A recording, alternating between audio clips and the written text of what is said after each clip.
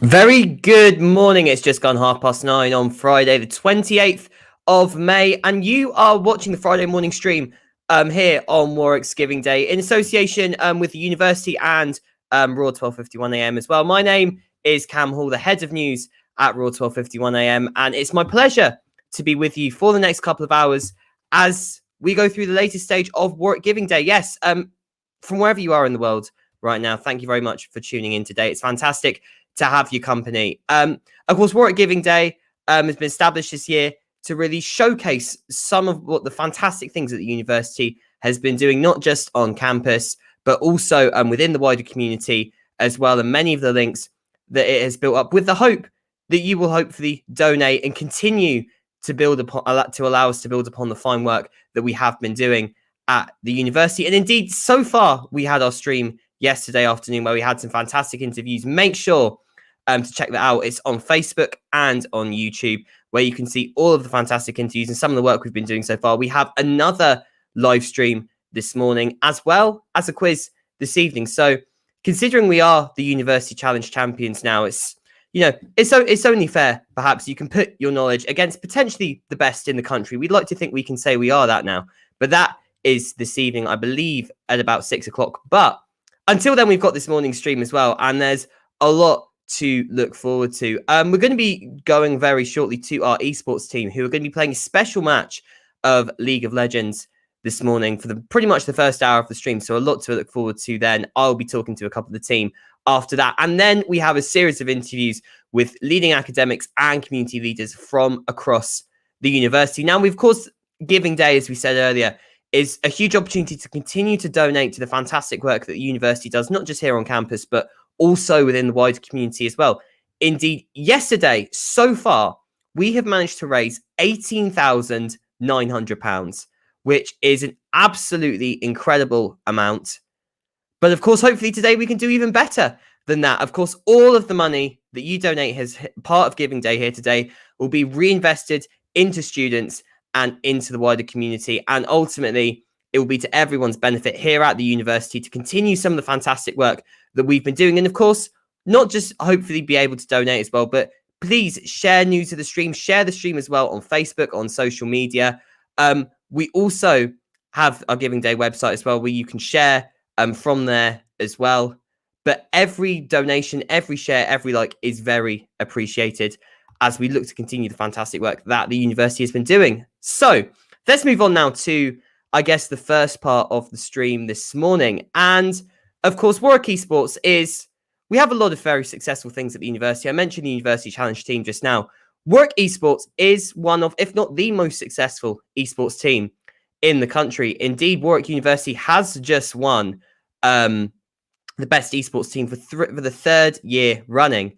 And of course, a huge part of that is the fantastic team that we have here at Warwick. And of course, the recent investment, the £275,000 that university have put in to a new esports centre just to build upon that. Now, of course, for that sort of money, we do have to justify having a fantastic esports team to do that. So we're going to let you now into our little secret, into our esports team, and just to show them just how good they are. Today, they're going to be showing you a match from one of the most popular games in the world, that game being League of Legends. League of Legends is a pastime in South Korea. I can't say I've ever played it myself, but I've heard it all around the world. The game started off in South Korea, is very popular. And indeed, some teams, if the best in the world, can win millions of pounds in prize money just from playing that game. So there's a lot in it if you get very good at it. And of course, the team here at Warwick are one of the best. Of course, if you're considering donating to Giving Day as you're watching this match, why not get involved yourself? Why not set yourself a little bit of a challenge whilst you're watching this game today? There'll be a series of projects throughout the game, throughout League of Legends. So pick one you want to support. And then for every champion kill that you get from your project, donate yourself £5. If your team destroys a tower, why not donate £10 for that?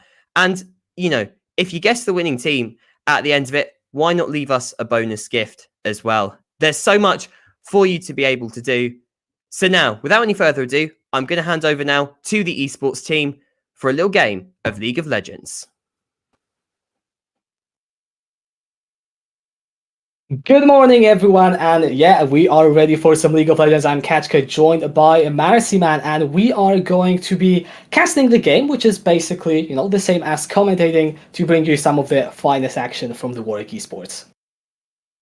Yeah, exactly. Will be this best of one show match between some of the best players that the Warwick League Society has to offer, so I think it should be a good one.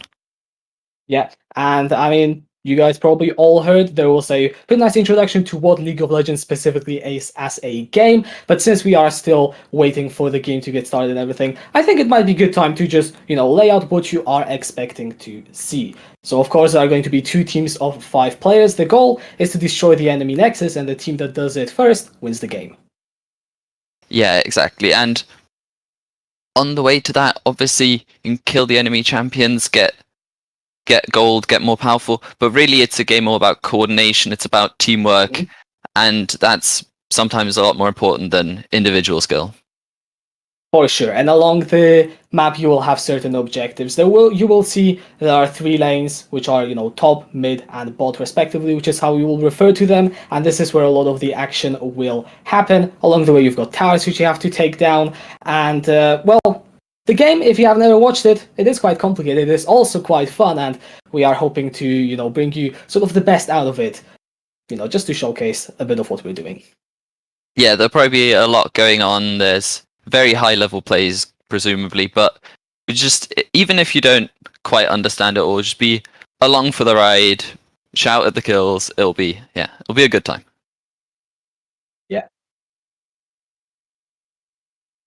Yeah, I mean, yeah, exactly what you said, and we are just waiting for the players to get ready, get into the game to bring you some of that. But I'm also trying to now look at, what sort of players are going to be participating. And I can already see that one of the team has the bot lane of Claritas and Beanlord. Those are their nicknames.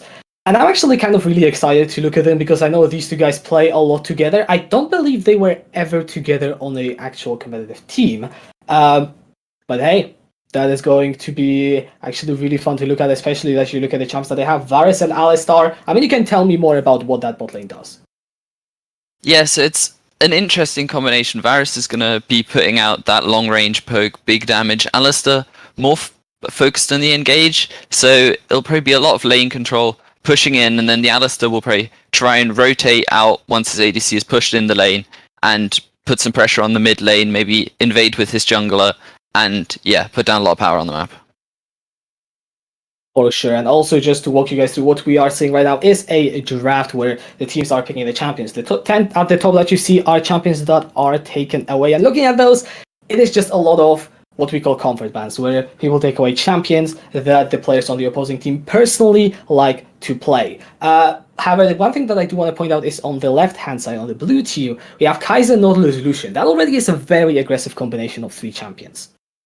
Yeah, that Lucian probably being mid, the double ADC comp, it's going to be putting out huge amounts of damage, especially in those mid-game fights around first item, something like that. They're going to be trying to play really aggressive, get an early lead. That Lucian mid, it falls off quite quickly. But if they can pull through the mid game, get a lot of objectives, that will probably be their plan. Most likely, especially Elise locked in for blue team, which means an aggressive jungler. They are now hovering this Renekton, and Elise Renekton is a story that is very old in League of Legends. When you pick it, you can just camp the top lane over and over again. Yeah, I think this is why you don't talk about hovers. They have swapped off the Renekton into... Unfortunately. Now it's the Singed. Singed, I don't really know what it's doing in this comp. I guess it has some okay gank setup with that flip and the glue getting at least the easy kills with the immobilized, but the Singed feels a bit strange, but otherwise this Elise probably playing with that Lucian mid, Lucian with masses of lane priority against what could be a Bard even in that mid lane, unless that's going top. Yeah, I mean, I know Hoodwink is a big Bard player, and now that Janna absolutely confused me. Okay, so the red team's draft is interesting, because we are expecting Varus to go into the AD carry position, Alistar most likely support, But then we don't even know who's going to be jungle. Like, is it going Yeah. to be Kiana? Is it going to be Part? Janna definitely isn't.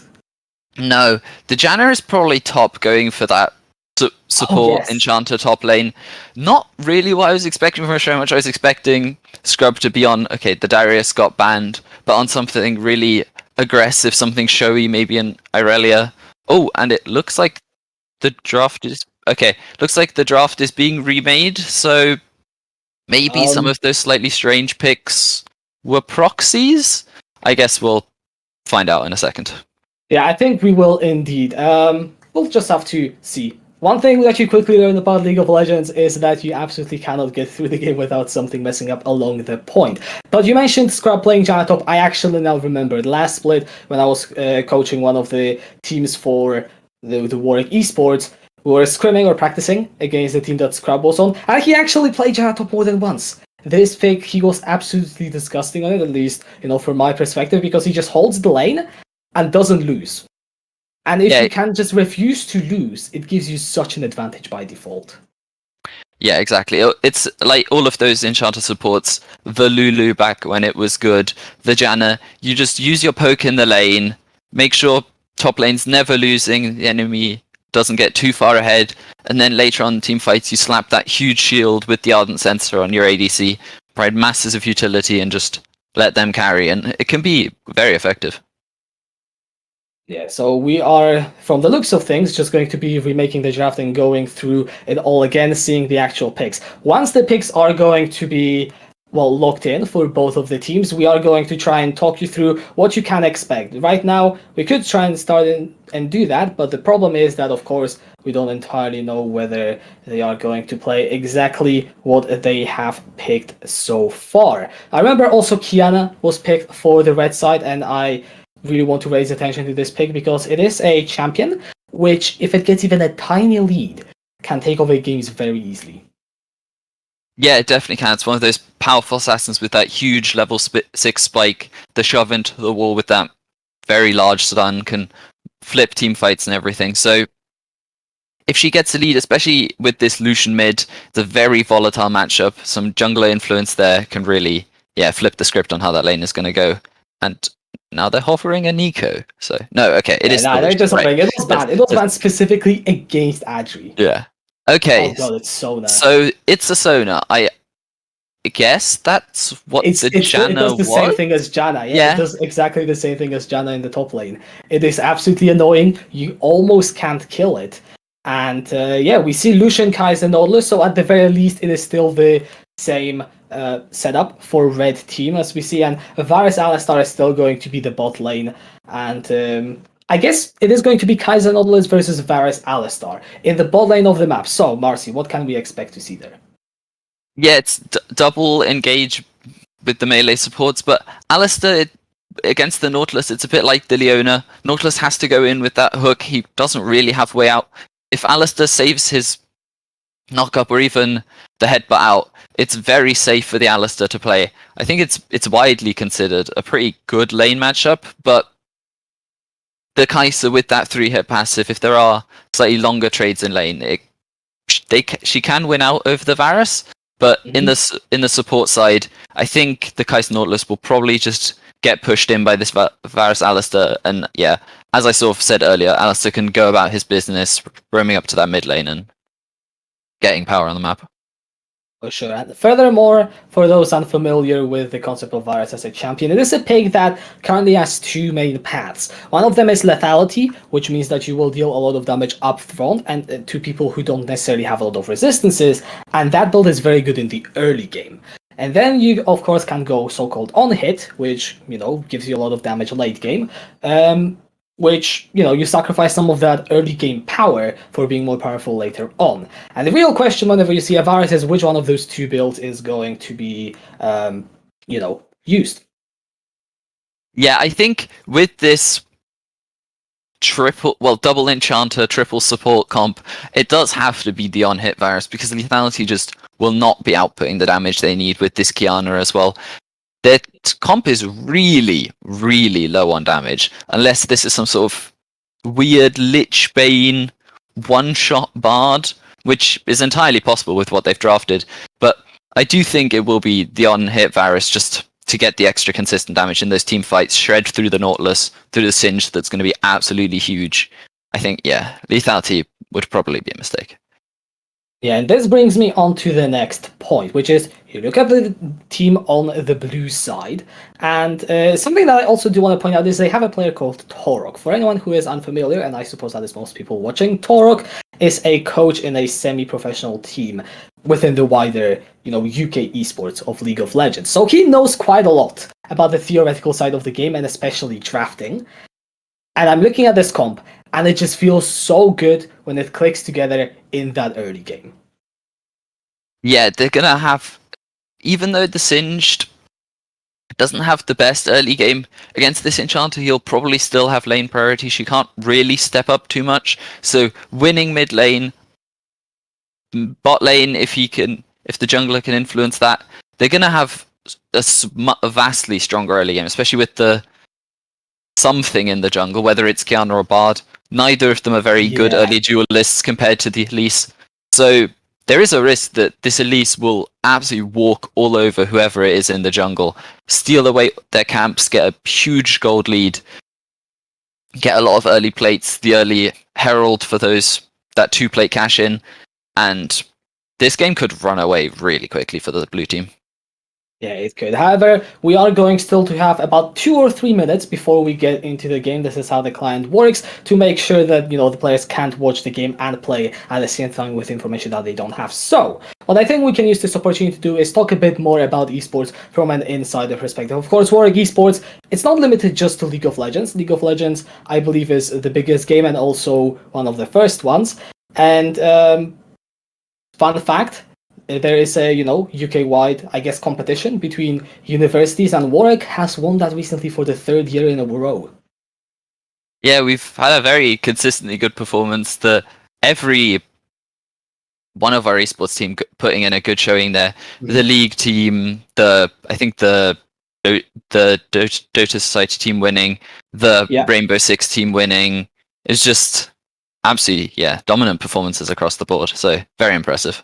Yeah, I do believe, although if any Rocket League people are going to correct me, that the Warwick team was 2nd, or they made it quite far as well in that esports. And in general, that ranking is just based on all of the esports that are being played, and Warwick so consistently beating out. I think this year we had 3,000 points, the 2nd place 2,000 points, so that is quite a big gap. And what you are seeing here is really just a small part of what we're doing as a whole. Yeah, exactly. And especially in the league part of the society, I guess, there's a huge number of different teams, just for fun teams. Some of the more mid-level teams who are still trying to play competitively, but haven't got quite as much skill to break into those top tiers. And then there's obviously the super top tier teams who are winning those competitions, who are going really, really far. And there's something for everyone. For sure. I mean, I did take the opportunity to, play in the autumn term on one of the teams, the mid-range team. I'm not the greatest player myself. Maybe that's part of the reason why I'm commentating rather than playing there. And it really is something for everyone. And then on the 2nd term, I was also coaching one of the teams. So there's really opportunity for almost anything that you want to do within the game. Whether you are just really good at playing, whether you're not so good at playing but want to still play competitively, or even, as you said, there are 4 fun teams that still take part in this competition. If you just want to tag along with some friends and have fun. And it's kind of a shame that we only have 1 hour to show all of that. Yeah, exactly. But it does look like we're about to be hopping into the game, so quickly just get through the loading screen, and then we'll be ready to actually show you some of this promised gameplay that we've been talking about. Yeah, we will, of course, probably have to take the first few minutes just to explain what you are seeing on the screen and what is likely to happen. I always believe that it's easier to, have it all in front of you. What you see right now is the loading screen. You can see all the champions. You can see some players having skins. In fact, I think everyone is having skins apart from Eiko on Kai'Sa and Arden on the Elise. So, yeah, 8 out of 10, not bad. Yeah, can't believe it. But we can now see that it will be this Kiana jungle, and the Bard mid. So I think with that Bard mid, with the Ignite as well, we could see some spicy stuff with that Lichbane Bard that I was slightly teasing for those insane one-shots. So I think this Adri on this Lucian is going to have to be really careful, because this isn't a matchup that I'm going to assume he's particularly familiar with. Yeah, well, we will have to see, but we are now in the game. What you can see is the fountains of both the players. The big crystal is the Nexus. That is what they will have to destroy. Now, I would love to talk a bit more. However, what you can already see is what we call a level 1 strategy. You can see blue team moving up towards the top lane as a 5. They will be hoping to catch someone out, in this case, Scrummington. Yeah, I think they're looking for an invade of some sort, so trying to get some vision. You can see those wards, you place them down, they let you see enemies around them for somewhere between a minute and 2, depending on where in the game it is. So they're looking either for a kill if they can get it, which would of course be ideal, or just some vision so they know where this Kiana is starting, and it looks like they might see Alistair. Yeah, that ward that Sir Scrummington placed in that bush that you can see has spotted out the invade, and so it is unsuccessful. And this is the topside jungle. We also have the junglers, something that we mentioned, and those are the players. If you look at the right and left hand side, you've got the portraits of the characters. Then to the sides, you've got the Sunder spells. The Smite, the one that looks like lightning, it tells you who the jungler is. Yeah, it's a crucial skill that you do a huge amount of damage to neutral monsters. Very important for securing objectives and also just clearing out this jungle in the early game. So at the beginning, they're just going to be clearing out these buffs, doing their camps, but soon they'll be trying to do what's called a gank, where they show up as a second person or a third if it is the bot lane, to try and influence those lanes and get a kill. But we can see now that it's actually a Sona mid. Yeah, Scrummington taking that Sona into the mid lane against the Lucian. I mean, I know Hoodwink is a top lane Bard connoisseur, but I absolutely couldn't tell you what that matchup looks like. So, yeah, right now we see action in the mid lane. I mean, I say action. The first 3 minutes of the game, you rarely see too much. So Adri is level 2 now. This is massive. What you just saw, Sir Scrummington had to flash away. He was a level down. He absolutely could not fight. And that already is a big advantage for the blue team. Yeah, it's a huge advantage. This Sona is going to get completely destroyed. Already having a losing lane, but now without that flash, can't step up really anywhere. This Lucian even having the TP, he's going to push in a couple waves, deny masses of CS, and this Elise is going to have complete roam of this jungle. I think, yeah, that mid lane flash is very unfortunate. Just Sir Scrubbing not expecting the early level 2. Yeah.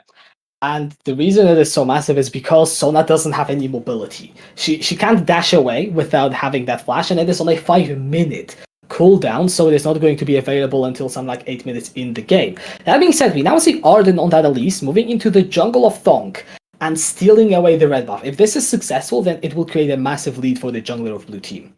Yeah, but Thonk's smelling a rat. He's found it out, but he just doesn't have the HP or the mid lane priority to contest this. But Bard could roam back and look for a kill on Elise.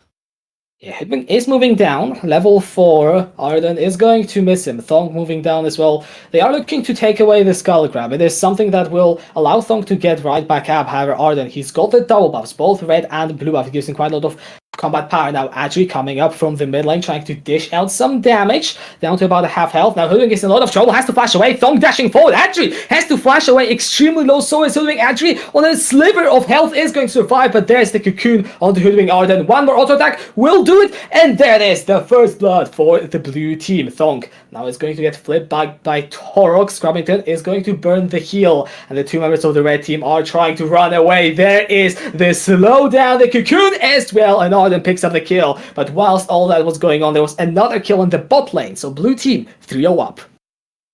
Yeah, and then we see the just superior early game champions, the Elise having a huge amount of impact with those cocoons, and also Lucian putting out so much damage, having the lane priority being able to arrive earlier than the Sona.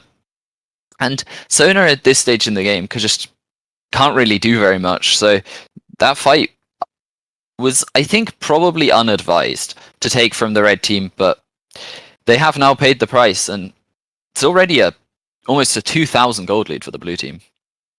Yeah, that is massive. By 5 minutes into the game, this sort of lead is very rare, and when you have it, it tends to snowball out of control. And now Arden looking for a gank in the top lane. Hoodwink is going to take the magical journey, and yeah, he's out of there. Yeah, being able to stay very safe on this bard. If he's near a wall, can place down that portal, just go through it, whoop, escape the cocoon. And I think Lise will probably have to look for her kills elsewhere, but still making sure this Singed in that ranged versus melee matchup doesn't lose out too much.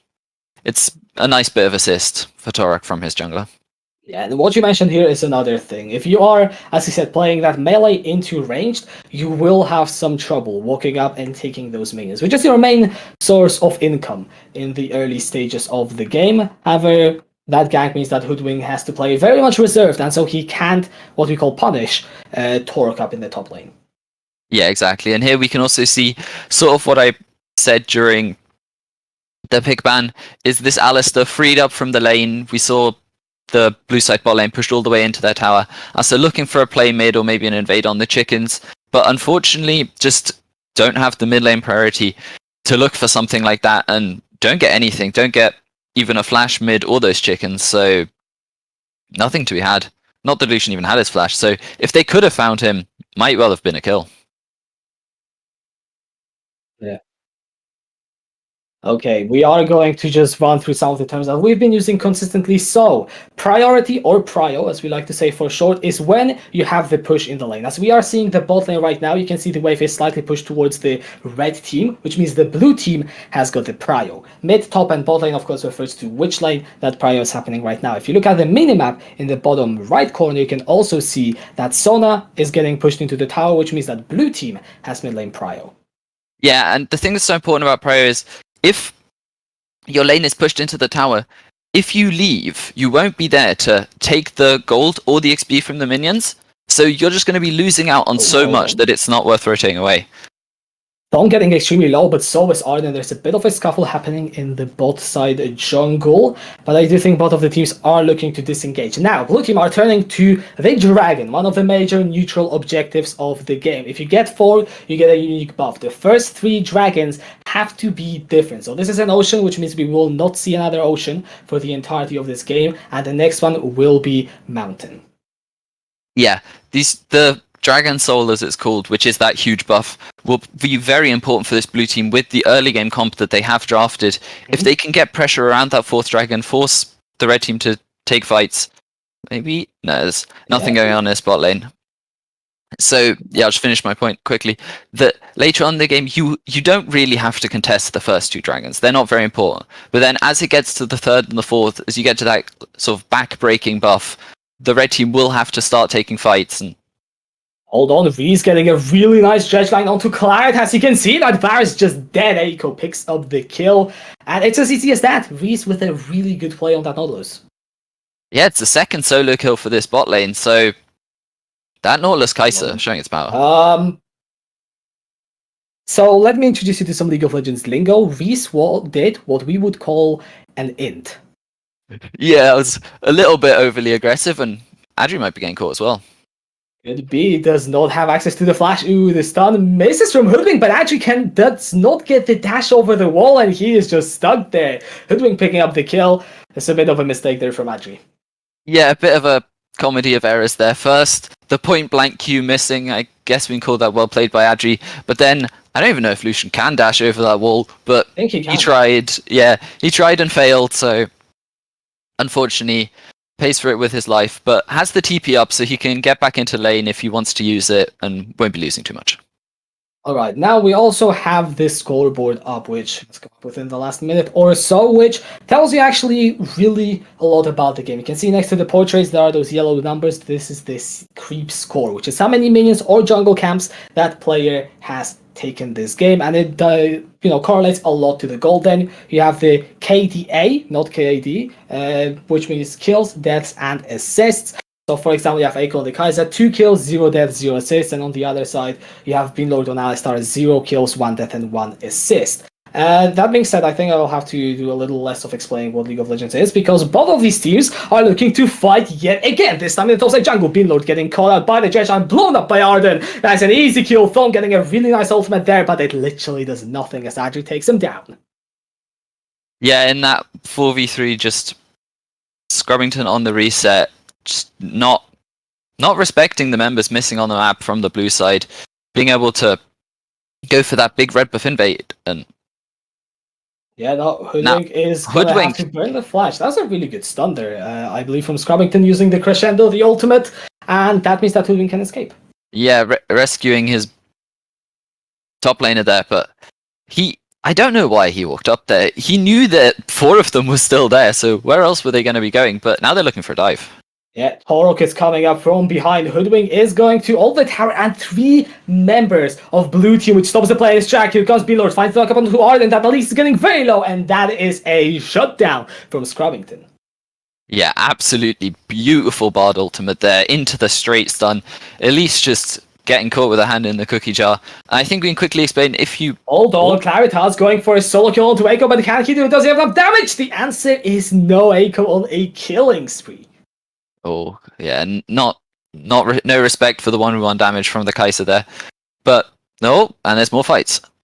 Absolutely is. These teams are bloodthirsty. Teleport is going to be coming down into the bot lane. Below taking the tower aggro, and he's not going to die quite yet, but Adri picks up the kill, looking for the calling, looking for Thong. Thong in the bush, trying to stay hidden, and Adri, he can't hit him. He's now trying to find enough damage, but there's 3 members of Red Team, and that's Hoodwink with a kill. Red Team finally striking back. Yeah, big investment there from Adri. The TP and the flash just to go 1-for-1. But meanwhile, Singed getting pressure in the top lane. Still, I don't think I'll get time to explain my point about shutdowns, but I'll try. If a player gets too far ahead, either in CS or in kills, they'll get a bounty, and then when you kill them, you get extra gold to try and make it easier for the opposing team to get back in the game and make those big kills feel more rewarding. Yeah, and shutdowns are going to be absolutely massive. Echo is 3-1-1, and I believe they were just shut down. But if that Kaiser continues on the same trajectory, we will see more of that. Another person I'm looking at is Arden, 3-1-1. Again, quite fed, as we say, or has a lot of gold and experience. And yeah, that is going to be a factor soon. So even though you can see that the blue team is ahead 2,000 gold, any mistakes that they make actually cost them more than any mistakes that the red team makes. Yeah, and with this Lucian Elise, they do still have to keep on the pressure, but they are now going to probably pick up the second dragon with no contest to be had. Yeah, Torok has to burn the flash cut out in the jungle. You can see that 2 ultimates were used by Scrummington and Thonk. Also, I believe I never explained what the ultimates are. They are the ultimate ability, they have a long cooldown, they are very powerful, each champion has their own unique one. Well, unless you're Silas, but he can steal other people's ultimates, so... You know, that's a different thing. It's not in the game, so... Yeah. Don't worry about that. No, but... And there's another fight going on. Oh god, yeah, they just keep fighting. Thonk is blown up, there goes Arden as well. So it's a jungle's trade, and Beanlord, he's very tanky in the front line. You can see he barely takes any damage. Adri is waiting at the sides. That is a double knockup. Echo is going to be knocked back. There's a teleport coming in from Torque. Temperate Fade hits absolutely no one. Beanlord in the front line is going to be taken down. Echo picking up the kill, and Hoodwink now in the backside, trying to find enough damage to kill the Kaiser. Will be able to do it. And Claritas is now where that Varus does not want to be at the end of the day. Double kill picked up by Adri, and more kills going to this Lucian is not what you want to see if you're on the red team.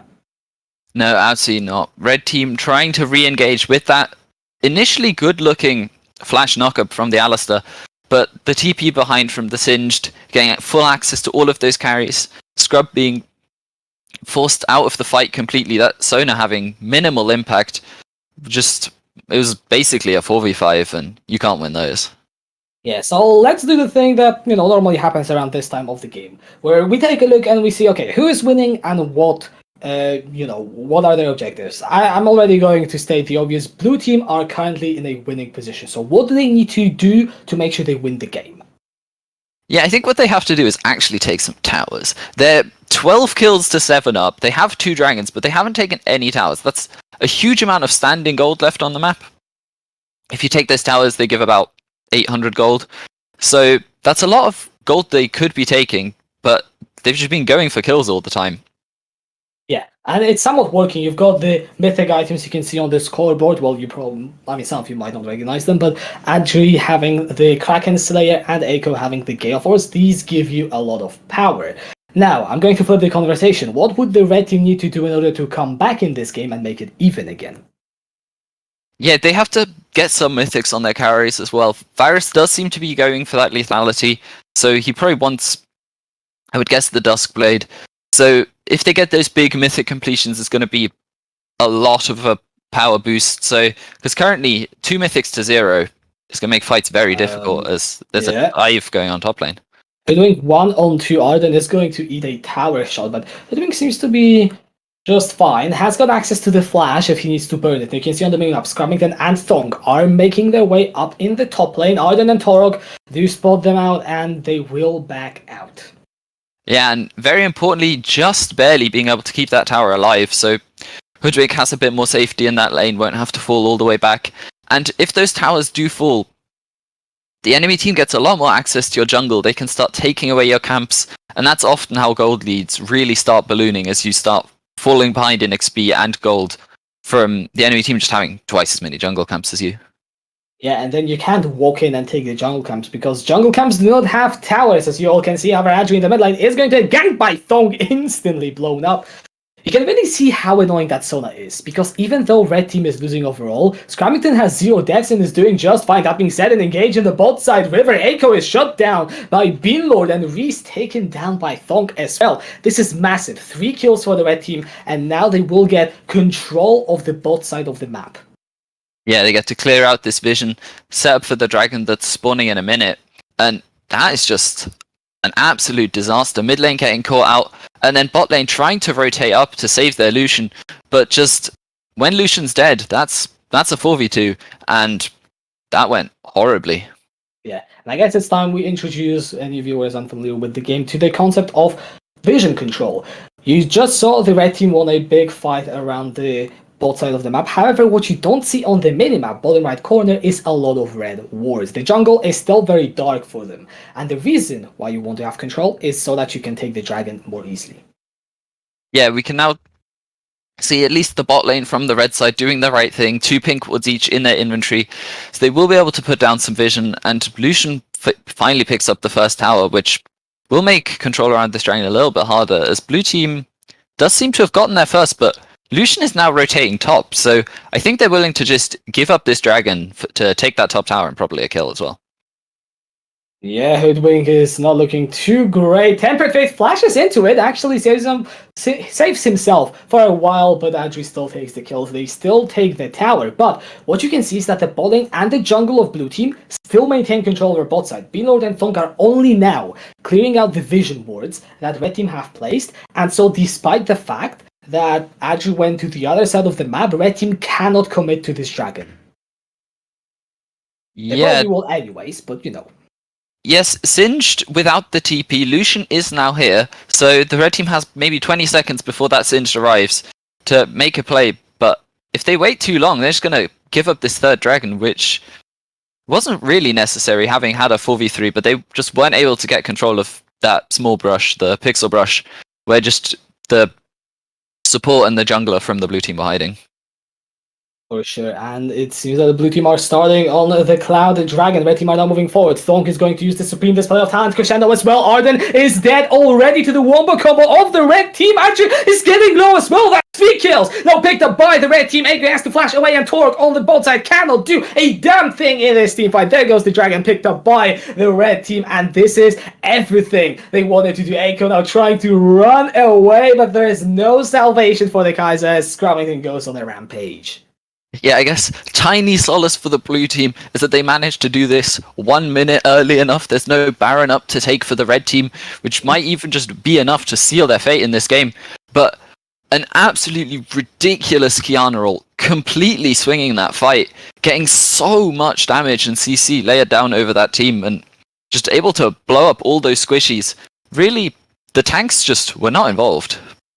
Yeah, and Torque now very much on the wrong side of the map. Let's see if Red Team have enough damage. Torque will have to flash away. Arden taking the kill to Thong, now jumping to the backside. Is going to get exhausted by being low. Torque still low, still on the run. Arden is going to pop that stopwatch to go golden. Now knocked up by Beanlord and taken down by Claritas. Reese on the other side of the map, Blue Team are split. They don't really know how to focus anyone down. Adri finally joins the fray. You can see Scrummington is low on mana. Reese taking the dredge line forward, and Scrummington has to run away. Adri going forward is going to pop the calling. The shots landing onto Scrummington and Claritas, but none of them being brought low enough to find a kill. Yeah, Sona with that Shirelias, which is the new premier support item. Oh, but Lord, yeah, he got caught out on the recall. Tried to recall to the base in the bush, got caught out, and now he's dead. Yeah, very, very greedy back, getting punished there. But yeah, the Shirelias, now that the Moonstone Renewer has been nerfed, that healing no longer is effective. Shirelias just makes your entire team ridiculously fast with that active 60% move speed. But now Hoodwink might be caught as well. Yeah, taking that portal over the wall, that is definitely not the journey he wanted to take. 1-on-2, he is just dead. Arden takes the kill, and Thonk in the jungle. It's gonna be just fine. So, look at the team comps overall. It's something we never really got into too much detail, but now we are entering what's formerly known as the mid-game, although we have been there for quite a while now. And team fights are going to be the norm. I'm looking at these teams, and Red Team really feels like they're stronger in team fights for me. Yeah, Red Team has a pretty easy to execute team fight, apart from this Assassin Bard. I'm not sure what he's going to be doing, but this big Kiana ultimate, the Sona ultimate, the Varus poke, they just have a lot of wombo to blow up the squishies, and once the squishies are dead, without too much peel, the tanks from Blue Team really just go in. Singed presses the ult and runs at you. Nautilus ults you, throws the dredge line in. So it's going to be very hard for this Kai'Sa and this Lucian to stay alive and output the damage that they need to in these team fights. Yeah, I mean, at least Kai'Sa and Lucian, or Arden, Adri, and Eiko are all playing champions which are considered very squishy. Then Reese, he's technically playing a tank, but tank supports usually don't get very tanky until late in the game. And then Torok, he's not really building tank items. He has the Riftmaker, which I guess makes him a bruiser, but by no means he can just eat up the damage like it's nothing. Yeah, he gets that big bump of resistances from the ultimate, especially once it's at level 3, getting those, I think it's 75 of each stat. But apart from that, yeah, he's really more of a bruiser battle mage than a true tank. So he won't be providing quite as much frontline as his team might need. So the time where this blue team really has the upper hand in these early fights and skirmishes has passed, and I think they're going to have to pull a few really miraculous fights out of their bag. Yeah, they are going to have to look for picks, which is find one person out, but it is the red team that's doing the picking. Hold on, Thong is getting extremely low on the backside. Claritas is going to take down Arden. Thong falls down, but red team have 2 kills already. That's another one. Echo going down. Claritas on the backside trying to escape from Adri, and Adri will be able to find the kill. This fight is absolutely all over the place, as now Hoodwink is trying to escape from Adri and Torok. It is 3-on-2 in favor of the red team, but not for too long, as Hoodwink is taken down. Adri on a killing spree. Now Beanlord and Scrub, they don't have too much damage. Adri, he can provide damage for days as long as Torok slows him down, which he is doing right now. Beanlord will knock Torok back. Adri trying to go forward. That Alistar is extremely tanky. You can see Adri trying to cut through his health, but that provided with the heals that Scrummington brings to the table means that we end up in a 3-4-3 at the end of the day. Yeah, Scrub at the end still having the ultimate up, so it's unlikely that the Lucian gets a kill there, but Scrub able to hold on to that very important ability for the next team fight as well. So, but in that fight, you really saw the power of this Night Harvester Bard absolutely blowing up the Elise that was trying to get away over the wall. So, and again, a good Kiana ult. I thought that fight was already won for the red team, but then this Adri on this Lucian, really able to output huge amounts of damage on 2.5 items, 8 and 4, 145 CS. He is now the primary carry. He is, going to be responsible, as you said, for most of the damage that these team out was. Like, Eiko is also playing a champion, which can carry, but he's too far behind. Compared to Adri, not even close. Adri also has a little item known as Executioner's Calling, which means that all the healing that red team gets within I think 4 seconds after Adri damaged them, is cut in 40%, and if he upgrades it, it ramps up to 60. So all that healing you saw Scrummington do is going to be less, especially when Adri ends up upgrading this item in a few minutes. Yeah, exactly. Very important for that redemption as well. Active item gives you a very large zone of heal that the Sona can throw down. That'll also be reduced. It's very important to have, and I think he's the only person on his team.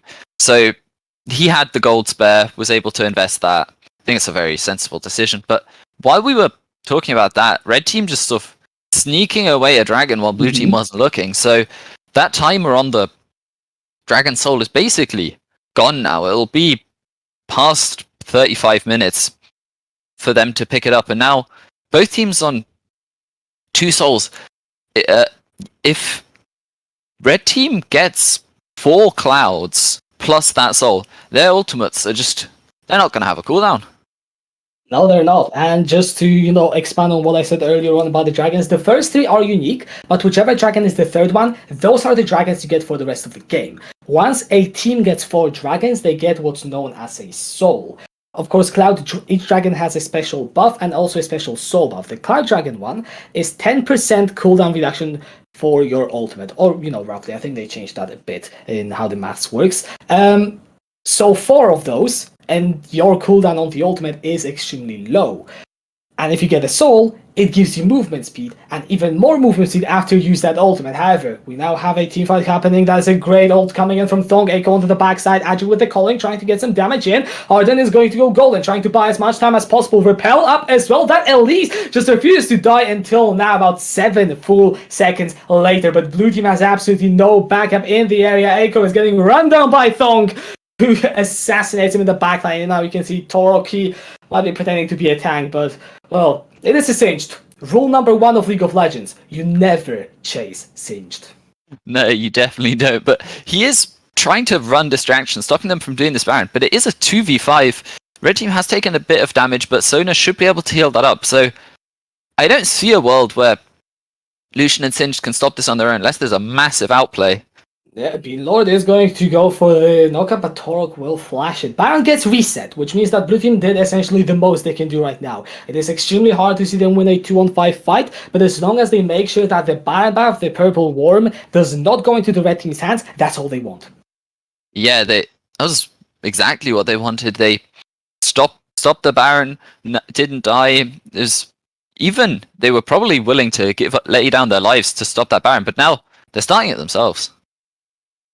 They are indeed. Thong is behind the Baron. Now, Smite. It deals a lot of damage to neutral objectives. It must be used if you are to secure the Baron. No one else can really compete with that damage, with the exception of 2 champions, which are not in this game, which means we are looking at Arden and Thong. If either of them die, the team that loses them needs to back out and make sure the other team doesn't get Baron, because they themselves have something like a 1% chance of stealing it. That being said, Baron doesn't go through, so just hold on with that information for the next time we see it go down.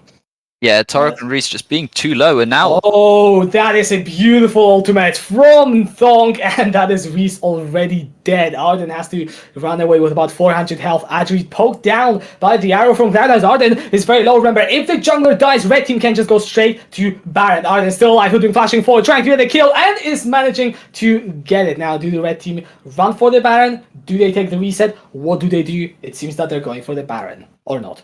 Yeah, never mind. They don't know. Yeah, I think it's just very low mana bars seems to be the problem. So they're going for the reset. I think they probably could have taken that, Singed on the other side of the map without TP, but just a little bit too scary. And they know if they just keep taking these heads-up fights, they'll be winning them. At least smiting the blue buff, but then dying for it. I think that's what we call not worth, but not punished as much as they could have been. Baron's still up, but now there's a dragon spawning in a minute as well, so we'll have to see which of these objectives the teams prioritize. With the top lane tower now falling as well, they're going to open up the map, so they'll be more even in the setup for these Barons. Adri trying to dash forward. Looking for the kill onto Hoodwink. Hoodwink is looking to buy time because he knows Thong is coming up in the top lane. Now Adri realizes he's in trouble, will flash away from the Bard ulti. this is why Kiana is disgusting. If any of you caught on, Thonk missed his ultimate and still killed Andrew with 3 abilities. Like, what is this champion? Anyways, Hoodwink now is going to get caught out in the river, and that makes it a 1-for-1 overall. Yeah, actually with pretty inexcusable overextension there, but again, fine, his team able to get the counter kill on the top laner, and now they're even going to start up the Baron, but I don't think this is a particularly good idea with that Lucian down. Probably not. Torok looking to be annoying. I mean, in case you haven't caught up by now, Singe's entire mantra is he's just annoying you. Like, he's there, you can't do anything about it. Arden was trying to do the dragon. However, I do have a feeling that he just gave it over to the red team right now. There's a teleport. Blue team are going to look to contest it. Arden has got access to smite.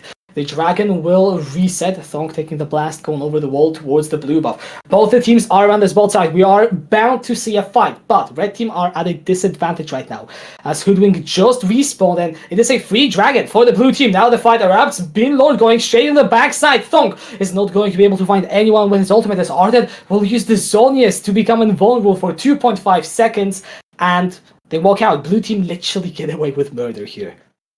Yeah, huge chunk onto that Singe. You can see he really is not as tanky as you would expect him to be without that ultimate up. Now, nearly getting caught out by the Bard ultimate, but able to get away. Red team looking for a chase. If they had gotten that kill, maybe they could have turned onto the Baron, but now again, it's just time for resets, pick up that vision, and set up for the Baron dance again. Alright, yeah, we are going to see if either of the teams is going to be able to push through to find the win. Because, yeah, let's be honest, this game has been dragging on for a bit. Usually League of Legends games are more one-sided. We are 31 minutes in, and the goal lead is 1,000. If you bring your minds back at 5 minutes, the goal lead was 2,000. So in fact, it's less. And at this sort of scale, where you can see in the scoreboard, almost everyone has 2 or 3 items, that 1,000 goal lead literally doesn't matter. Yeah, I think blue team with just a few too many, let's call them happy plays, getting caught out, but now, oh, the solution's caught. Yeah, actually, if he dies here, this could be massive. He is able to dash away. Thonk now knocked up. That Kiana almost dying. That is a lot of healing coming in from Scrubbington. And these fights just feel so annoying, man. Like, Scrubbington is not going to let anyone on his team die. And then also blue team have so many dashes to get away. Yeah, it's really hard to lock anyone down. I didn't really think about it, but red team CC is pretty horrible, to be honest. It's the Kiana ult, the Sona ult, the Varus ult, all skill shots that can easily miss. And answering the split push from Singe is going to be very difficult.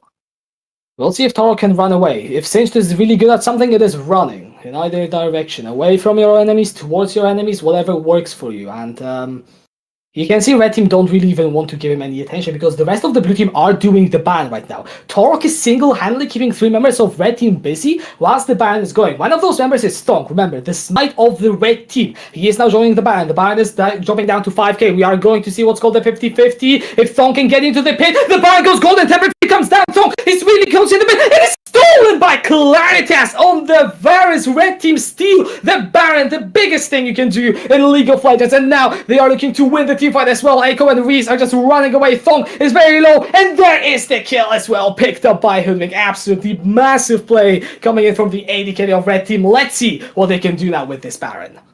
Yeah, what a completely ridiculous play. The early smite from Arden into the Tempered Fate, into the perfectly timed Varus Q.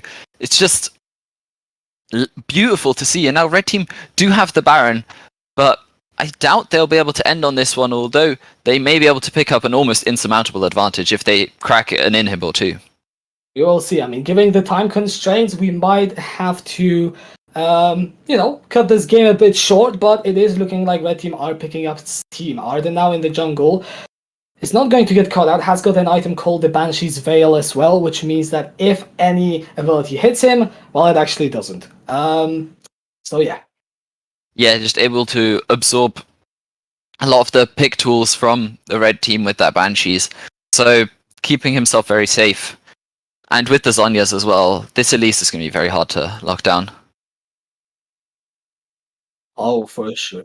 Alright, We are being told that it is enough time for the League of Legends stream. Unfortunately, we will not be able to see this this game drawing to the close. But if you were interested, by what you saw, then remember to find out more about the Warwick Esports Society. League of Legends is not the only game, but from what I'm being told, that is going to be all that you're going to see from us. Yeah, thank you very much for watching. And as you said, there's all sorts of things on offer. And if this has whet your appetite for some competitive gaming, yeah, check us out. So that was Warwick Esports there. Thank you so much to the team for bringing us that game of League of Legends there. As you said, if you want to get more involved with the society, you can find them on social media, find out a bit more about what they do. And indeed, if you are interested in finding out a little bit more about what Warwick Esports do, I've got two of the perfect people to do that right now. Josh Mankalo is the president of Warwick Esports, and Alex Petropoulos is the communications director. A very good morning to you both. Morning. Good morning. Well, firstly, Josh, let's start off with you very quickly, obviously president of the society. Can I ask you, why did you start off in gaming in the first place? And what made you want to run for the president of Warwick Esports? Well, as why I started gaming, I don't know, I was quite a reserved individual in secondary school. So I think it kind of naturally followed that I spent a lot of my free time playing games. But to running for president of Warwick Esports, I spent my first term at university being normal, as it were, going out, partying, etc., etc. And then term two, that's when all the elections for societies happened. So, there was an opening for the position of FPS coordinator at Warwick Esports. I was like, sure, why not? I like video games. And then it just kind of spiraled from there. I spent the whole of last year being super involved with the society, like beyond just FPS coordination. And I decided to run for president in like December last year. And here I am. Well, absolutely fantastic to hear.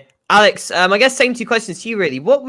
Why did you become a gamer in the first place? And why did you want to join the exec of Warwick Esports? Well, with gamer, to be honest, it's probably the answer that most people give. It's what all my friends were doing, right?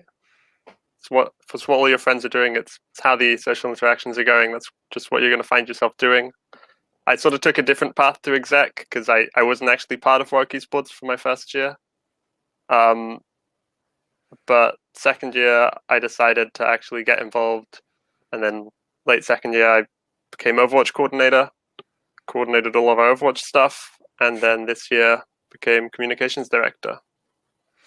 Well, it's absolutely fantastic to hear, obviously, the work that you guys are doing on the exec, but as well, just in general with Warwick Esports, indeed, the profile of Warwick Esports, as we said, obviously, winning the NSC's University of the Year for 3 years running is obviously something fantastic. And of course, part of a much wider community as well, where we have a lot of esports brands and a lot of esports game design companies increasingly basing themselves around Coventry and in Leamington as well. Indeed, someone mentioned off air to me that we are within the area of Silicon Spa, which I don't think you could have necessarily picked a better university to come to there.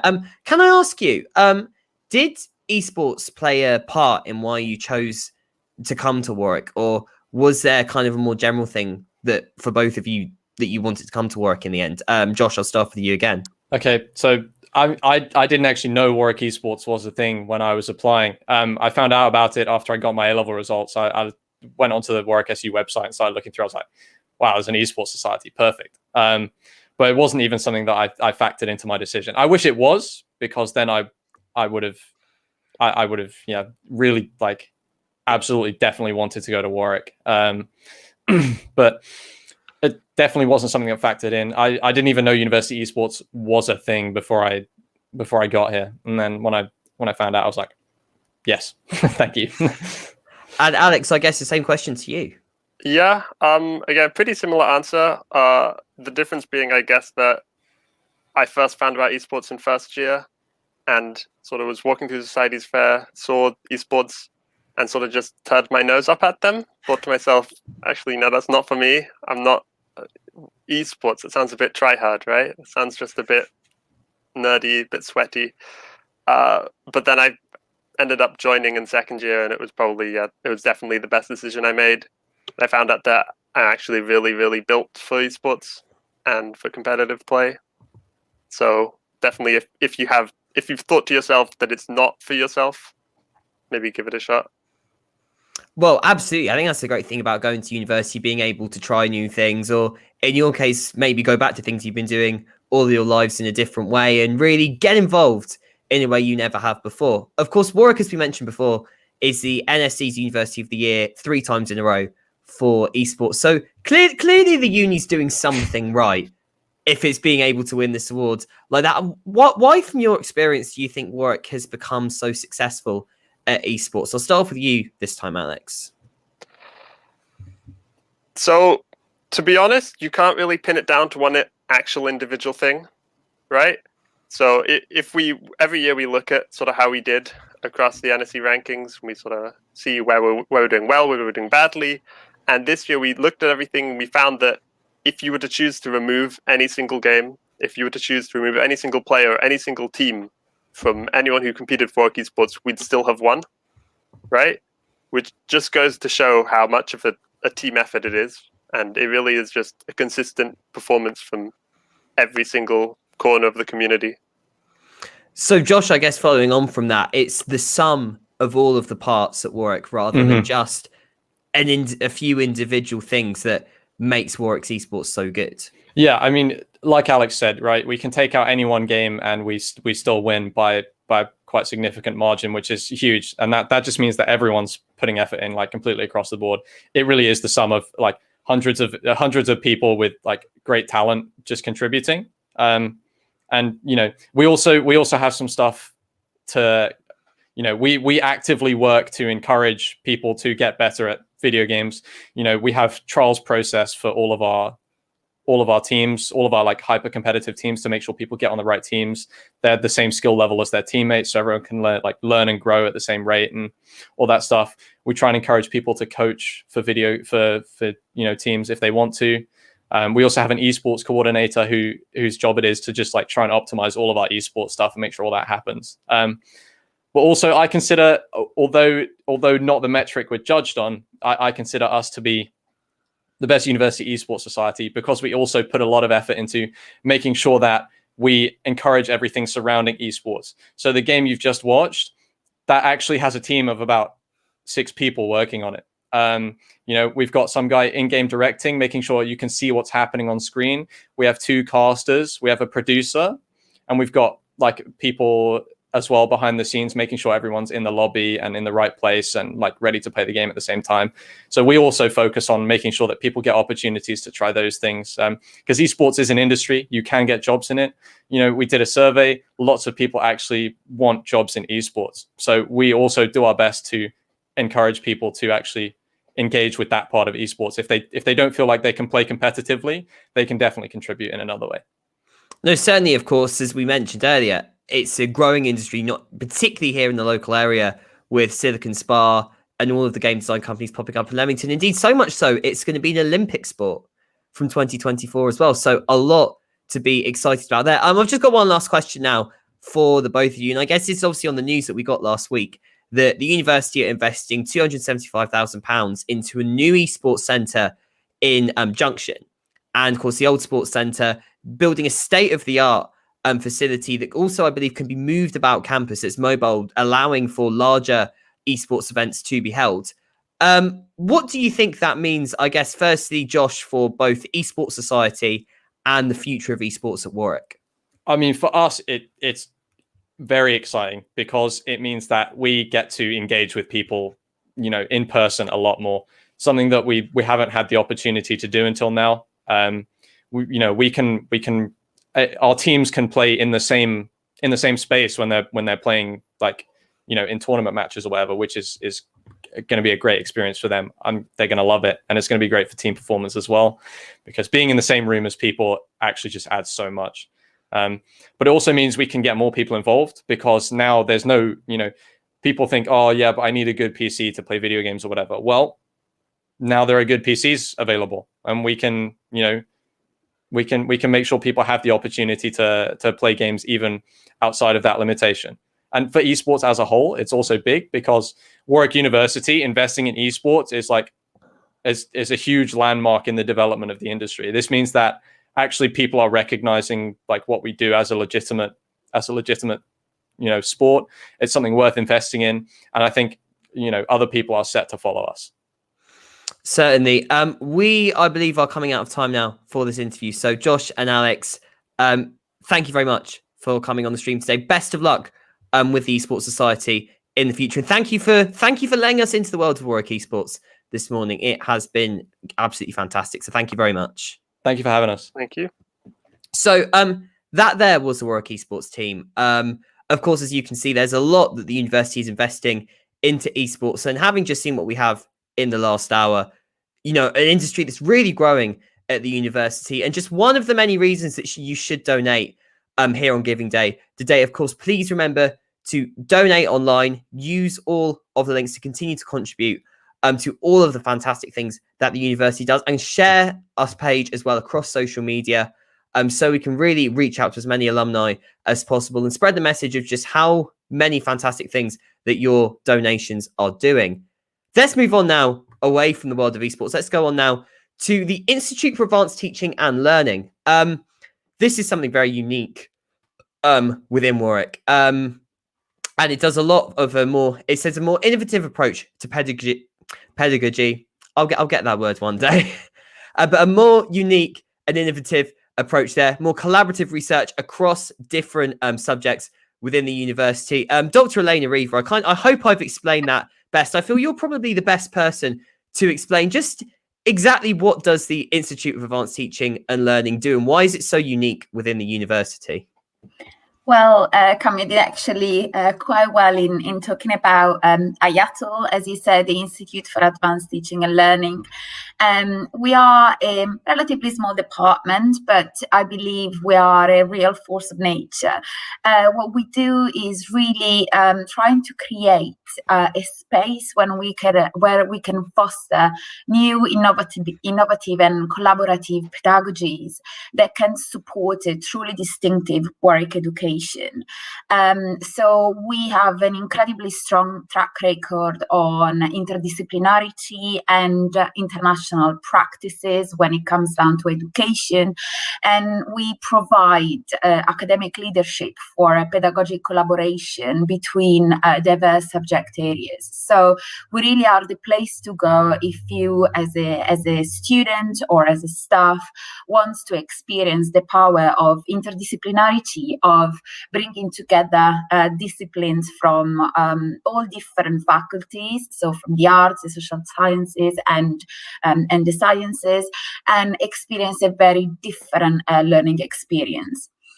We also support disciplinary excellence through funding streams, and we have a model of students' engagement that permits students and academics to work as co-creators of knowledge and new research in open spaces when they can freely collaborate beyond disciplines barriers, and in a sense also between a more hierarchical role that sometimes we have in a university. So yes, it's a very special place to be. And is very unique in Warwick.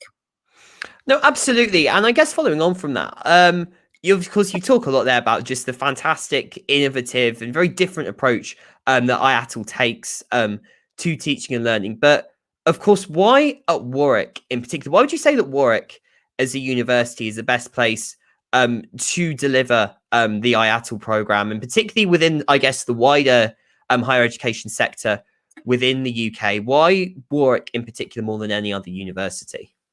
So obviously there are a variety of cross-faculty studies in the UK. If we think about the liberal arts, if we think about global sustainable development programs that also are available at Warwick, and it is a really much growing field, the field of interdisciplinary studies. But what is unique to IATL that really sets it in a different space, and in that way sets Warwick in a different space compared to other universities, is that we deliver modules that are open to all students at Warwick that can experience this module at any time, at any point during their academic career, and they become part of their own portfolio. It's a very unique experience. So let's say you're doing maths, and in your third year you become very interested in expanding your interdisciplinary skills, and with that, skills of collaboration, of synthesis and critical analysis. And you also have an interest, perhaps, and you can see yourself in future thinking about entering the health realm. For example, you can come and take modules called Navigating Psychopathology, Understanding Wellbeing, and work on really, hot topics together with students from other disciplines that come and work at the same time as you, and is incredibly enriching and transforming experience. Warwick is well placed. Interdisciplinarity is one of the main pillars of the education strategy of the University of Warwick, and has always been a university that has understood the value of interdisciplinarity as well as student engagement, and putting really the students at the center of research opportunities. We really support undergraduate research. For example, we run ICA, which is the main event in terms of undergraduate research conference on an international level, and also we host a journal called Invention, which is able to collect work of undergraduate work across nationally and internationally. I think Warwick, with its international kind of vision and also putting interdisciplinarity really at the core of its strategy, education strategy, is really well placed for hosting IATL, and also allow us really to innovate and not being scared of trying different things, which IATL also is all about. No, that innovation, I think, is certainly something fantastic to hear. And of course, there's a lot you've really touched upon there about, I guess, that general education strategy, about the importance of students being as much researchers as they are learners as well. It's something I've heard a lot throughout my 2 years of my degree so far, but it's something I think is really encouraging to see, that we as students are as significant a part of the research experience here at the university as well as our learning experience as well. And IATL certainly does a fantastic job at that. If we can move on to yourself now and a little bit about your role within IATL. So I guess my first question to you is, why did you choose to come to Warwick and specifically to work in IATL?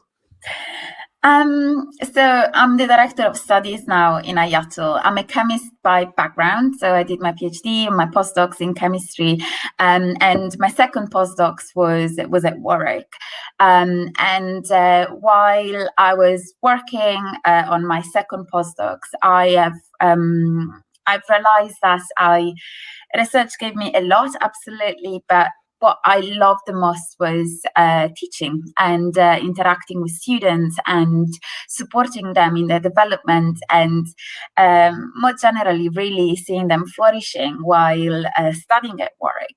And I also had a passion for interdisciplinary studies. Academia is structured in a very in silo, if I can say, way, and disciplines often work in isolation. But my previous experience and also my secondary studies, actually, secondary school studies, really taught me the importance of a holistic approach to issues and problems. Let's say, if we want to solve the issue of climate change, we cannot just focus on a certain disciplinary viewpoint, right? Yes, it's very important that each disciplines develop their knowledge so that they can really bring informed knowledge to that. But if we really want to solve the problem, we need to be able to mix the knowledge of the different disciplines and find solutions that are really feasible on a political, social, as well as scientific level.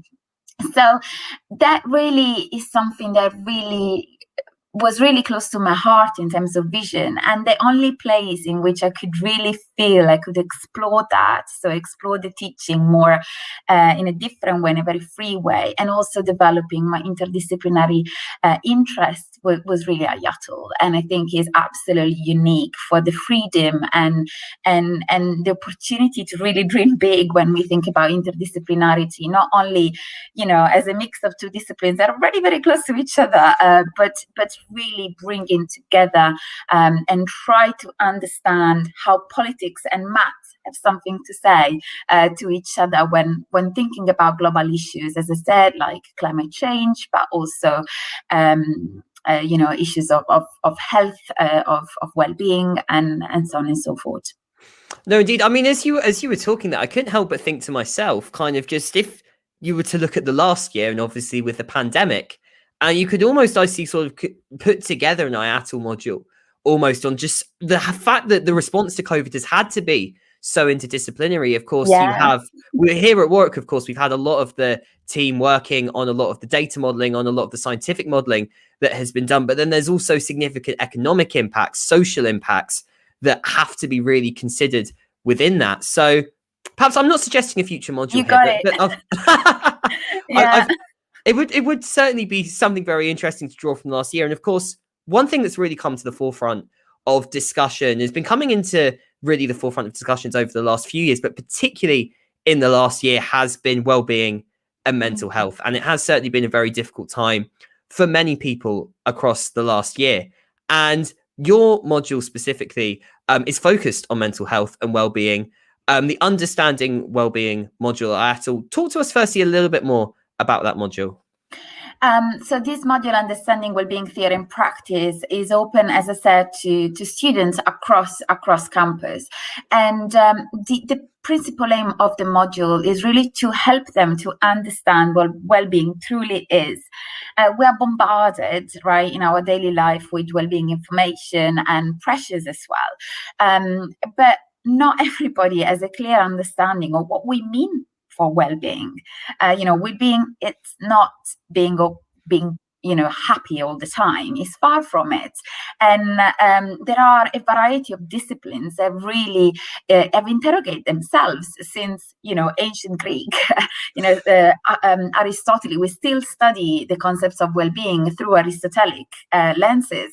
And in this module, students really have the possibility to discover how different disciplines, philosophy, psychology, as well as obviously medical type of disciplines, and economics, and the arts, all these disciplines have something to say to us about what well-being is and how we can protect and enhance our well-being in our daily life. So the students study. Well, we all study. Every time I learn something new. We study how really well-being works in a sense, and we also investigate in a very critical manner how different practices such as, I don't know, mindfulness or sport, physical activities or art therapy claim, you know, to be able to support our well-being, and we critically investigate them and we try to understand the reasons behind. This module has been incredibly successful. We have run studies on the module. We have noticed that while increasing well-being literacy of students, actually that had an impact on their own personal well-being, with an enhancement of well-being as a result of an increased well-being literacy. And it's something that we see on health as well. Health literacy is one of the main predictor of health, you know, in the general population. So it's not surprising that helping people to understand what well-being is actually supports personal well-being. Therefore, thanks actually to the Warwick Innovation Fund and our alumni, they've given to us, we have been able to, we're developing as we speak, we're recording podcasts, students are recording podcasts as we speak, a module online that will be open to all students at Warwick from next academic year, so that all the students in Warwick, we have the possibility to learn more about what well-being is and understand better how to support themselves and others and our community in achieving a better, a more positive well-being. So this module is been creating as I speak, and it's incredibly exciting because it will be open access, and every single student at Warwick will have the possibility to increase their wellbeing literacy. No, definitely. Of course, it really sounds like it kind of fits that holistic approach that your module embodies that within IATL. Just one very last question, actually, before we go quickly. Of course, you mentioned obviously student mental health crisis. It's obviously become quite significant over the last year. So I guess, how do you think your module kind of fits in to, I guess, a lot of the literature and to a lot of the discussions on how we can help students with suffering from mental health crises at the moment?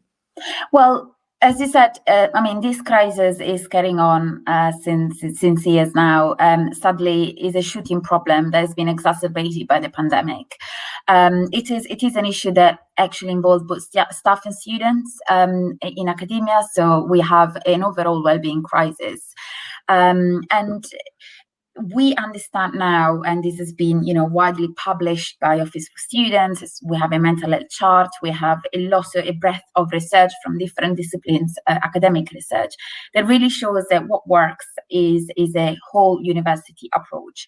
So an approach to well-being that doesn't only is not restricted only to looking at well-being outside the learning environment as a form of help once, already the situation is perhaps difficult, but we really need to think about every structure of the university, including the curriculum, including how the classroom is structured, including the assessment, and so on and so forth, for really being able to support students and staff throughout their life at university. And this module really goes inside this knowledge of the necessity of an all-university global approach that really looks at every stage of an academic life of the students and the staff, and also contributes to, as I said, to increase the well-being literacy that is well understood by WHO, but also more generally as being a crucial element for supporting well-being. As I said, we understand that health literacy, so knowing about health and how health works and how we can be well, really is a major predictor of good health on the general population, and the same can be said for well-being. In addition, we can starting to see a proliferation of modules about well-being internationally and in the UK, and we starting to see some elements of research that really demonstrate. I'm thinking about Bristol University is running a full-scale well-being module across all the cohorts of students, and they see, as we are seeing, the fact that when students are exposed to this type of knowledge, they know best how to support their own well-being, and we can see that even through the pandemic, students have taken part in this type of modules. They know how to cope better, but not only how to support themselves, and importantly also others. So yes, it's part of a global approach that I think, as I said before, is the only one that can truly work, because we can really tackle the problem from a variety of perspectives, and not only from a more narrow point of view, which is probably what has been done until recent year before all this breadth of research came out. Well, Dr. Elaine Reaver, it has been a privilege to talk to you this morning. Thank you very much. Thank you. Lovely to talk to you. Bye.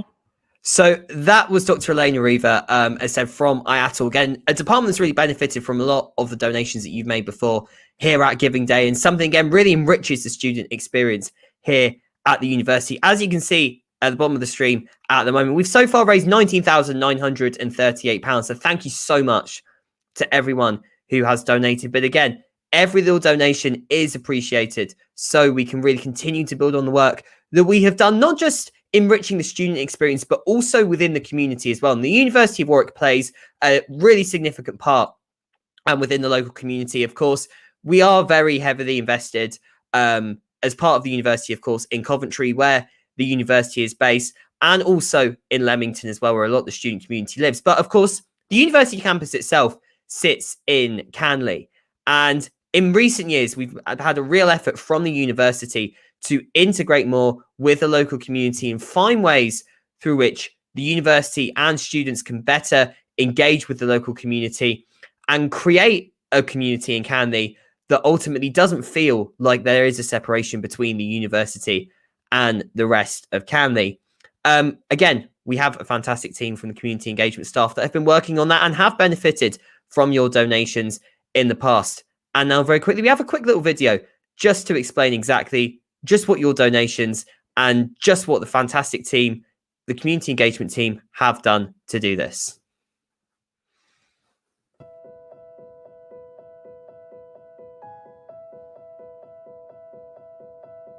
My name is Mark Hinton, and I'm a Community Engagement Development Manager at the Centre for Lifelong Learning. And I also work on the development of our community engagement as part of the regional engagement team. My name is Noor Aziz. I am alumni at Warwick University and also Coventry University. I'm a local resident living in Canley since 2001, and I currently am a creative practitioner, and my art form is more towards bringing people together, bridging groups and communities to make a difference in the place where they live, play, study and work. A university does three things. It creates knowledge through research, it passes on knowledge, and then whether it does it deliberately or not, it's also a neighbour, a corporate citizen. It has an impact on the people around it and the city near it, the neighbourhood, the geography, the economics of the area in which it sits. The university has supported community activities that have been started by and are led by long-term residents of Canley, both by giving access to university resources that the community has been able to find useful, encouraging our volunteering students to help out with projects in Canley, working together on some projects with them and being a partner in projects, and helping and assisting and encouraging them in finding resource from outside of Canley or the university to support initiatives that they are keen to develop.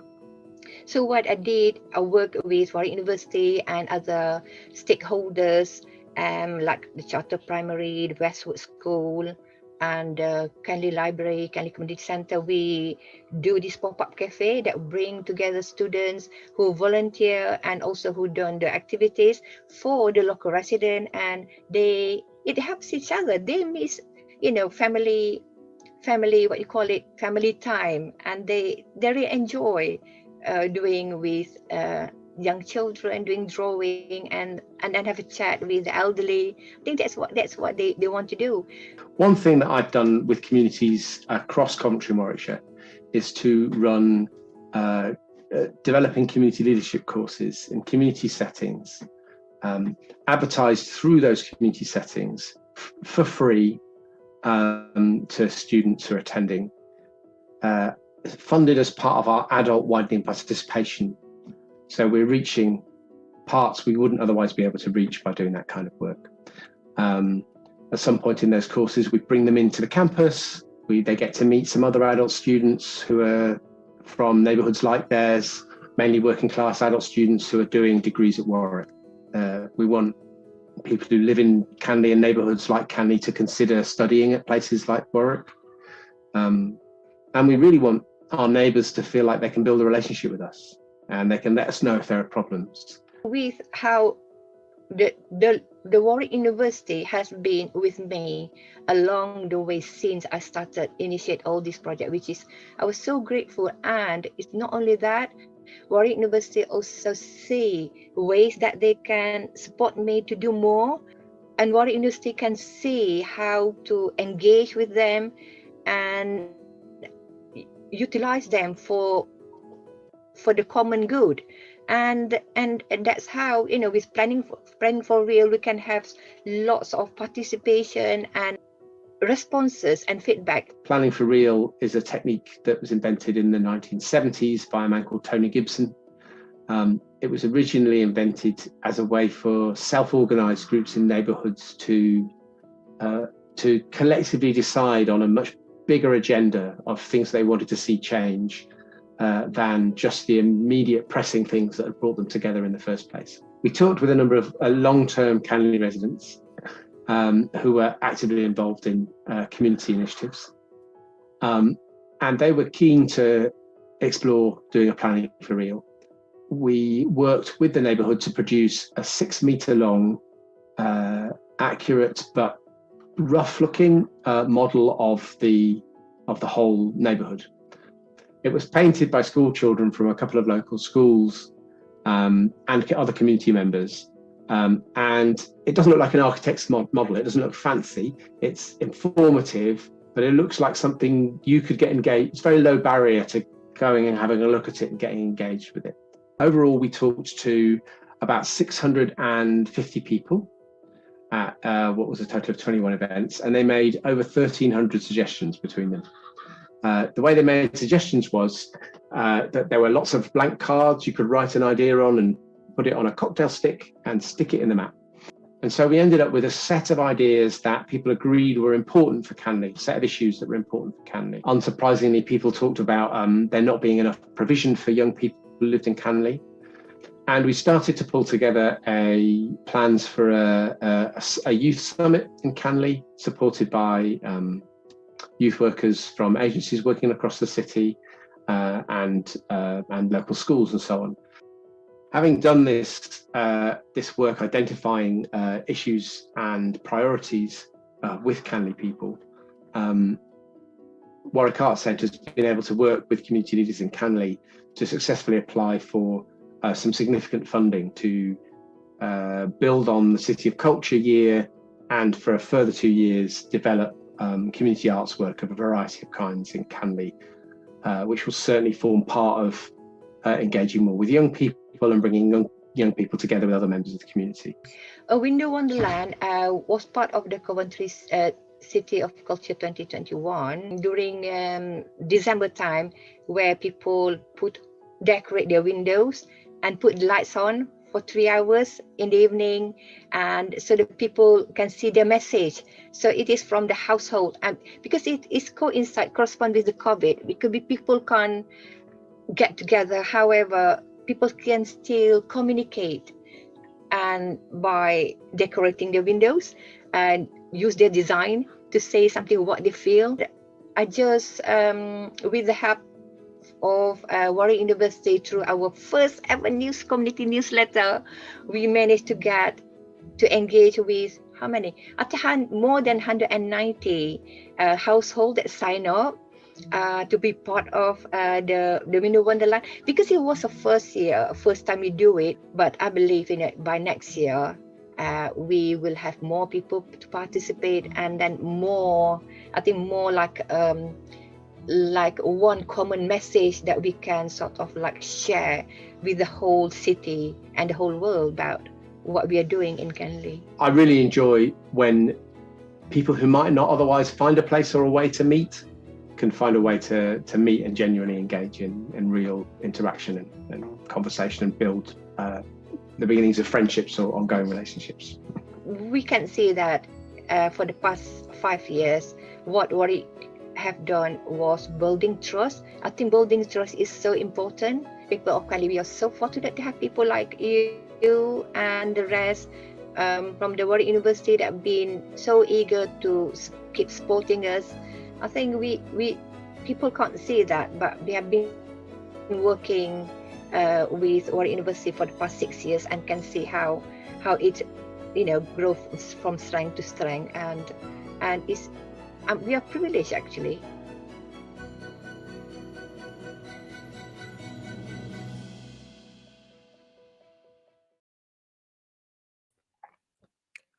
A big thank you there to the team from the community engagement for putting that video together us, and just talking about some of the fantastic work that we do within the community.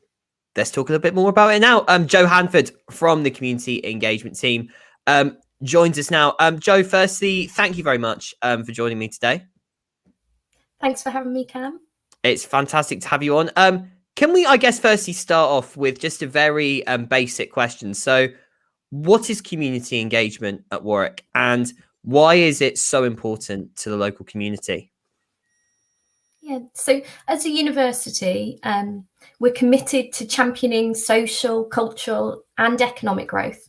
and to being a catalyst and a partner for regional along with national and international development and sustainability. And you can see that this is really reflected in our university strategy, of which regional leadership is a core pillar. And, you know, some people might know the history of the university, some might not, but from the very inception of the university, we've had close ties with our regional and local partners. And really without them, Warwick wouldn't be the institution it is today. They helped build and develop this university. And sorry. I was going to go on and talk a bit about... No, sorry, my apologies there. No, don't worry. And so, you know, universities deliver and have to deliver public as well as private benefits. They can help address economic deprivation and social inequality. And our responsibilities as a university, you know, they shouldn't and they don't end at the boundaries of our campus. And there's so many examples of our staff and students out there in our local communities, in our regions, learning and listening to people in those communities.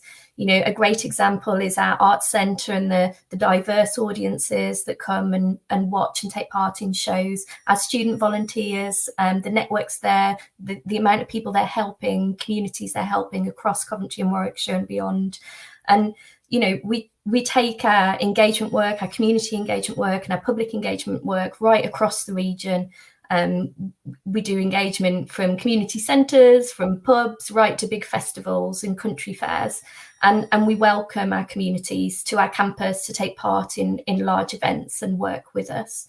And that video that was just played with Mark and Noor, one of the key projects we've been doing over the past 5-6 years is that really in-depth detailed community work in Canley, which of course is one of our closest neighbours. Lots of our students and lots of our staff live in that neighbourhood. And, you know, we feel we have a responsibility to be good neighbours, but also work with our neighbours and partner and build and make sure that our local communities are benefiting from everything that's going on at the university as well. No, absolutely. And I guess the last year in particular, I think has been real testament to the need for communities to pull together and for people to, you know, come together in a very difficult time as well and really support each other in a way that I don't think people have really had to before.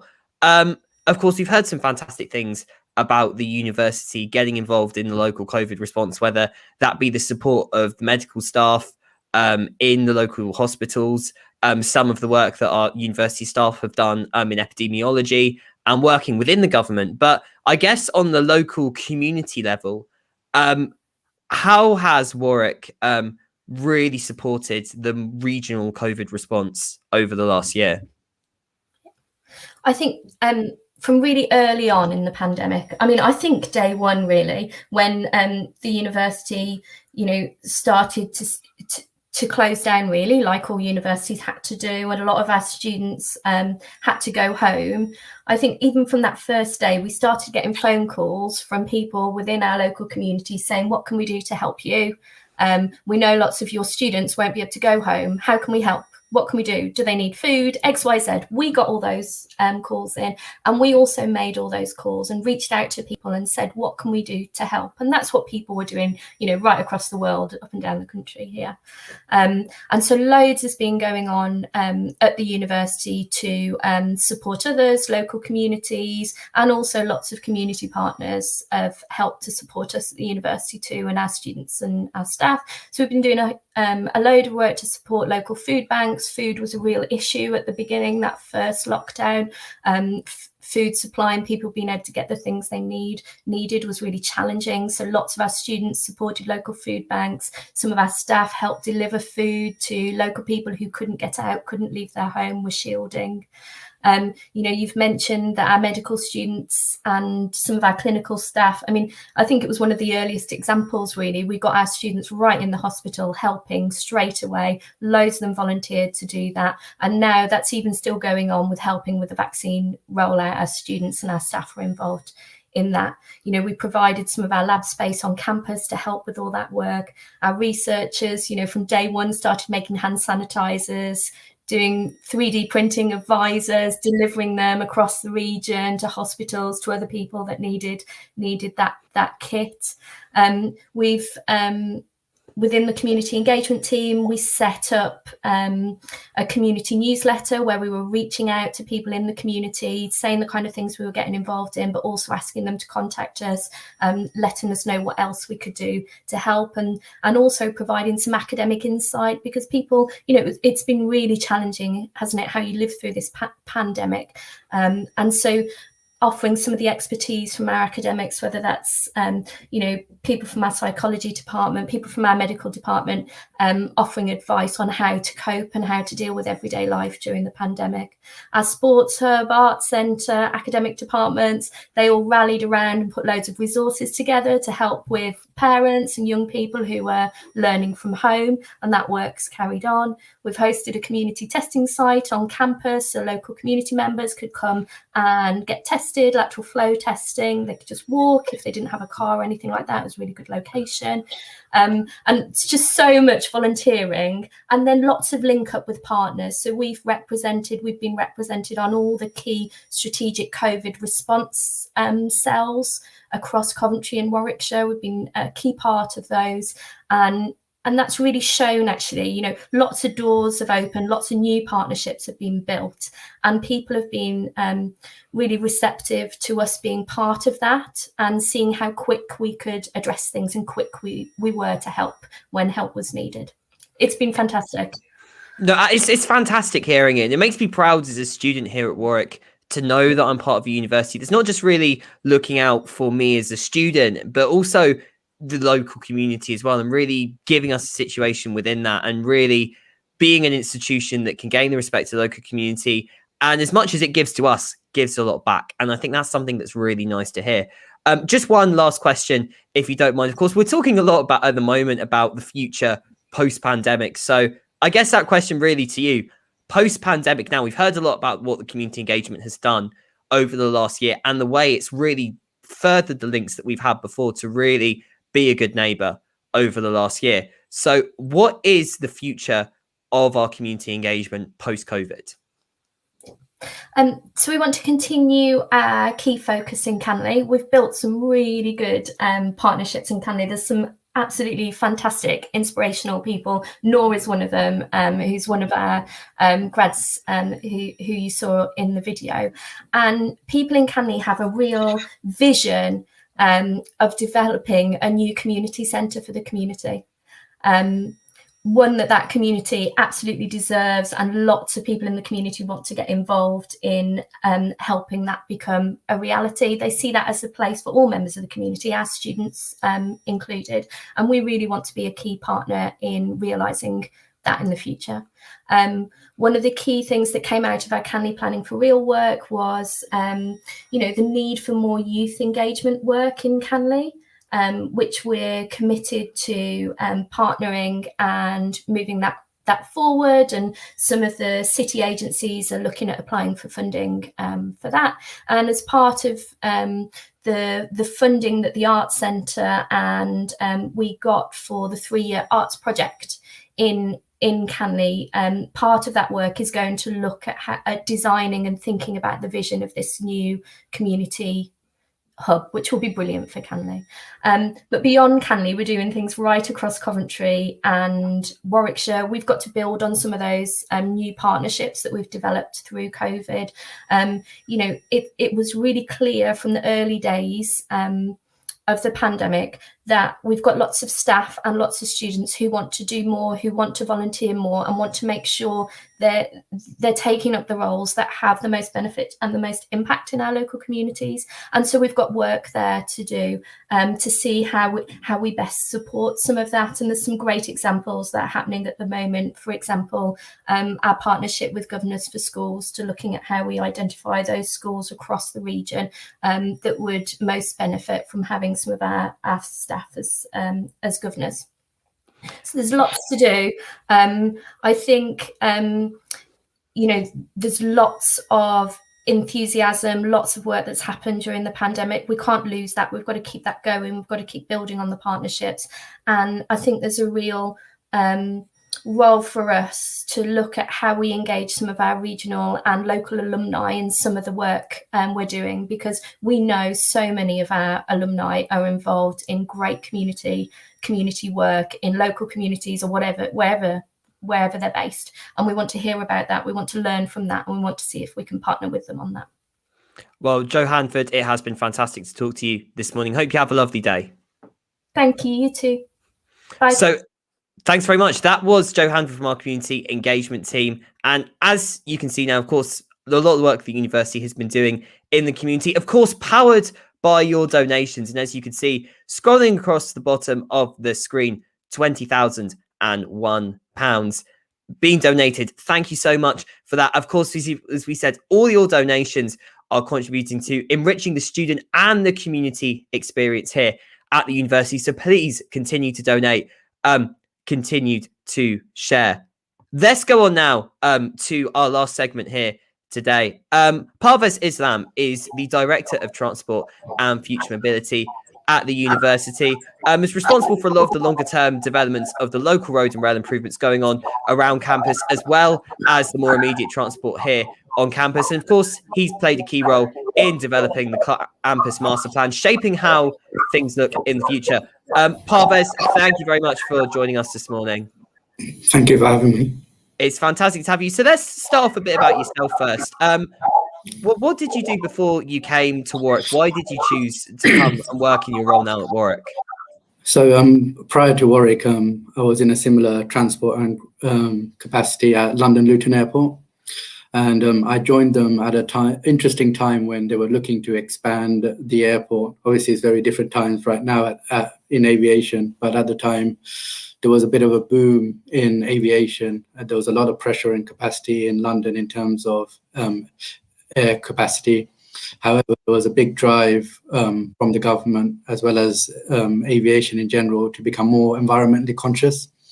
So as part of the expansion plan, we were looking on transportation in general, but also how do we encourage people to use other alternative means of transport, such as public transport, such as other shared mobility services, rather than driving up onto the airport.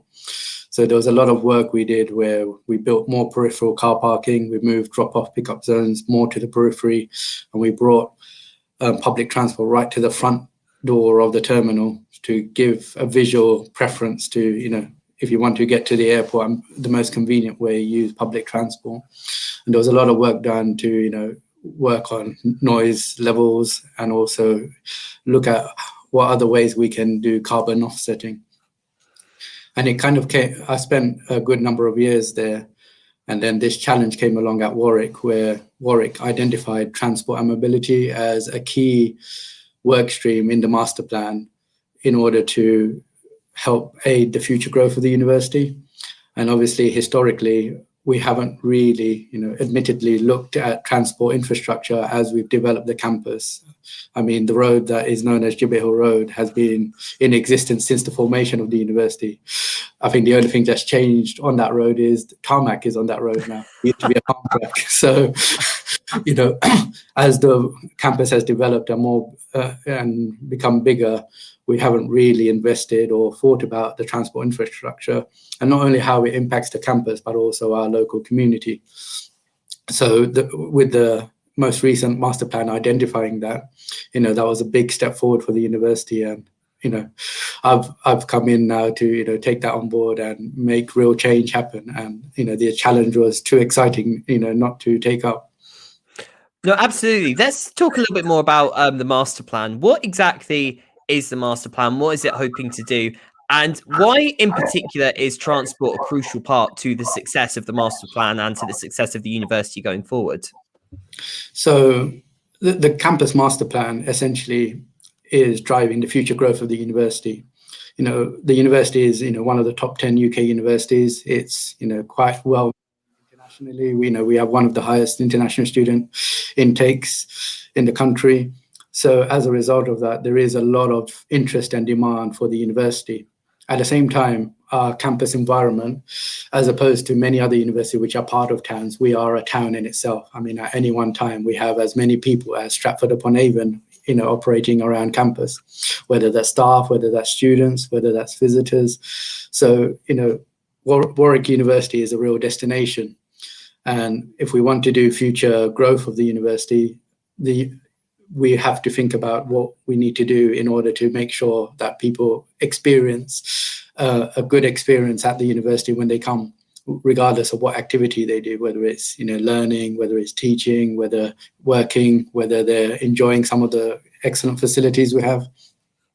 It's really key that we make sure that environment is as good as possible, and that's why there were many streams identified in the campus master plan, including transport, including sustainability, including how we use energy going forward. So there was a good green theme in our master plan going forward about what we need to do, because historically we haven't really focused on many of these things. And with the climate emergency also announced by Chris NU in 2019, there's been a real drive now to make seismic change. And at the end of the day, we are a research and development institution, so we're better else to be pioneering than at a university. So essentially, from the master plan, we identified transport and mobility as a key work stream of the master plan.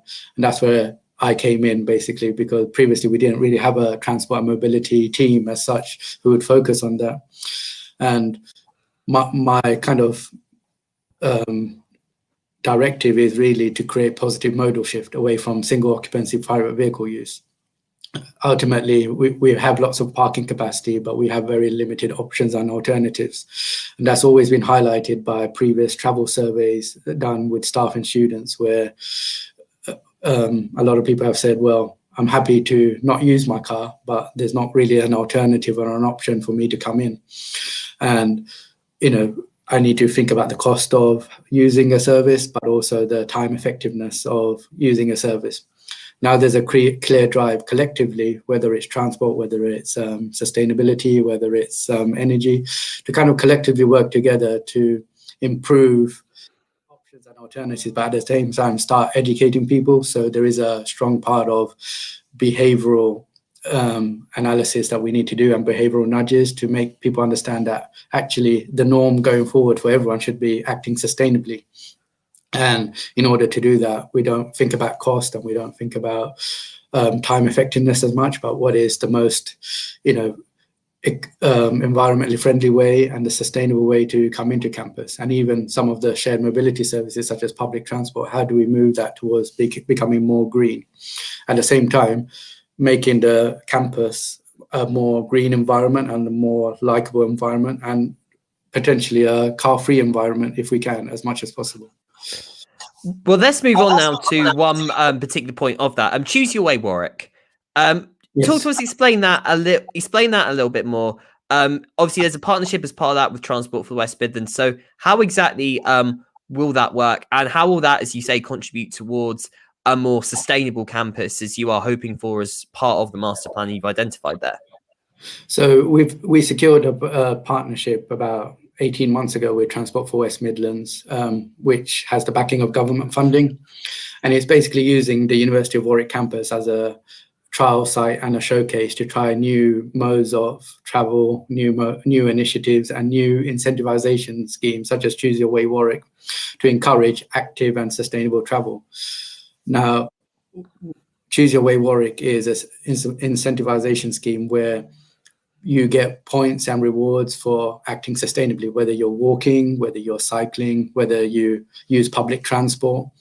The app monitors your behavior and gives you points, which you can then use towards rewards and vouchers, such as shopping vouchers, such as Amazon vouchers, but even internal credits such as free coffee, free food at the restaurants and cafes, which obviously our commercial division have kindly supported us on. So we're trying to reward people for good behavior, really, and it's quite keen, kind of from a kind of educational perspective, that we encourage people to say, well, actually, we'll reward you for being sustainable, for being active. And it's quite important to us to be able to enable that. And Choose Your Way Warwick is a great way of doing that. And it also ties in nicely with some of the other initiatives we brought in with Transport for West Midlands, such as the e-scooter trial, such as the demand response transport network we've set up recently. Those kind of services add to the mix and help give more options for people to use the Choose Your Way Warwick program. No, definitely. And of course, for many students there, of course, you mentioned the incentives. And for many students, they may not easily have a car available. They may struggle for transport. So it's certainly something that I think a lot of students would find beneficial and really want to engage with. We've talked a lot about sustainability. So let's kind of focus a bit more on that now, because that is obviously not just a big part of the transport plan, but the university as a whole going forward. Of course, there's an aim to work towards a carbon neutral campus, I believe, by 2030. At the moment, you've mentioned the importance of reducing traffic on campus. So just how significant do you think transport and your role as a Director of Transport and Future Mobility and as part of things like the Master Plan and Choose Your Way Warwick, how significant do you think all of that will be to getting us towards a carbon neutral campus? So just to put it in perspective for you, we've got net zero target by 2030 for scope 1 and scope 2 direct emissions, and 2050 net zero target for scope 3 indirect emissions. Now, when you put all those scope of emissions together, mobility is the biggest contributor in terms of carbon to the campus. It is 29%. So we are very significant in how much we're contributing to the atmosphere. As an example, during the pandemic, when we had the first lockdown last year, on average per month, we saved over 2,200 tons of carbon because of the lack of commuting of staff and students onto campus. So that just shows you the level of saving that can be incurred when no one's coming on campus. And it shows you that big difference when people do come on campus regularly, what happens.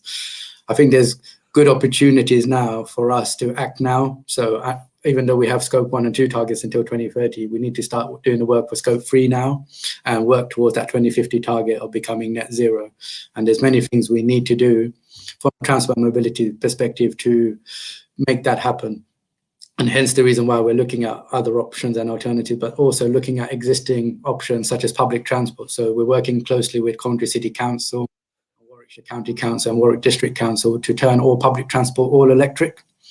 So that would mean, getting rid of the polluting diesel vehicles and replacing them with all electric. And the university is quite keen to support in terms of infrastructure to help ensure that all the buses coming in and out of campus are all electric. We're also looking towards investing in more active travel. So creating a better infrastructure and a road network for cycling, for walking. A lot of the time when I walk around campus, a lot of people highlight to me, well, there's only a pavement on one side of the road and not on both. So how are you encouraging walking? There's mixed space between cyclists and pedestrians, but obviously that's not really helpful in terms of pedestrians, cyclists mixing together in the same space. So can we create more segregation? So those are the kind of things we're picking up on, and we're really paying attention to what our staff and students are saying. I mean, students are key to kind of driving this change for sustainability because they're the generation looking up to us to saying, what are you going to leave behind for us in terms of the future world? So there is a strong drive within the university to now become more sustainable, and making transport more green and more active is going to be key for us. And creating that shift from people who are nervous about using another form of transport rather than their vehicle is going to be our key challenge to make sure that happens. And just to give you an information that is quite relevant to this, 82% of our staff and students actually live within a 7 to 8 mile radius of the university. So actually it's that last mile journey that is important for us. So our long-term plan is how do we help that 82% of our staff and students to come onto campus in an active and sustainable way. Of course, I think I might as well start getting my bike out of my basement and start using that to get up to campus. Just one last question, very quickly. Of course, it's not just the sustainability, because that's a huge part of the program as part of the future plan for the university, but innovation as well forms a big part, not just of the sustainability, but the overall direction going forward. And we've seen that the Warwick Manufacturing Group, WMG, have done a lot of innovation pushing for sustainability, things like autonomous pod trials and a lot of the work with 5G transport. How significant do you think that will be to transport sustainability going forward? So one of the key things for us as a university is, collaboration, whether it's internal, whether it's external. And WMG have done some great work, even prior to my arrival in 2019. So, they've created this autonomous pod trial testbed, with the help of Catapult, securing vast funding. And now we're just going through the phases of testing those pods before we actually commence later in the summer full-on trials on key routes around campus. And what's key about this is the next stage of the future of transport. So part of my future of mobility role is seeing how innovative we can get and how, clever can we get with, technology to improve the transport experience for people. And autonomous pods are, crucial for that. And a lot of the work WMG do, it actually feeds back to local government, regional government, and also central government. So it's helping to kind of dictate future policy. I mean, just as an example, e-scooters, for example, are a good example of that, where WMG are working with us as part of the trial with Transport for West Midlands to do more research to help dictate government policy, whether e-scooters should become legal or not. But also then we're doing research to understand, well, different groups such as the partially sighted, how do we help them when we introduce new modes and new trials into the kind of working world and, the living environment. And autonomous pod trials, we're following a similar vein. We're not just trying out these trials and making them a viable transport option, but we're also then seeing how do we help support the different groups of people we have in this world and how we can adapt those different modes of travel for those different groups. So WMG are doing a very good role in representing that for us. In terms of 5G, yes, technology is going to be key. I mean, one of the things we always get told about the campus is it's like a town, but it's very disjointed. And we don't really know how to get from one place to the other in a convenient way. But actually with 5G enabling us to be more innovative in how we get people around, that technology can be used not just to easily connect vehicles and give real-time information in terms of how long someone will get from A to B, but also giving people that information so they can plan their day, their travel behavior more accordingly, and don't have to say, oh, I'm pushed for time, let me jump in my vehicle and go somewhere else. So there is a lot of future mobility work that we need to undertake and focus on going forward. We as a campus want to be a pioneer in terms of future mobility, and some of the recent appointees in WMG are really focusing on that. All credit to people such as David Plum and Dave Greenwood to really not just look at innovation, but how we can do innovation in a sustainable manner. So it's just great that as a university we're really focusing on the future and trying to be a pioneer in transport and mobility. No, absolutely. It's fantastic to hear that, the university is playing such a big role going forward, moving, as you said, towards sustainability to innovation. Of course, a lot of things boosted by the donations here from Giving Day. But Parvez, best of luck with everything going forward in the role. Thank you very much for taking the time to talk to us today. No, thank you very much for your time. And that brings us to the end of this morning's Giving Day live stream.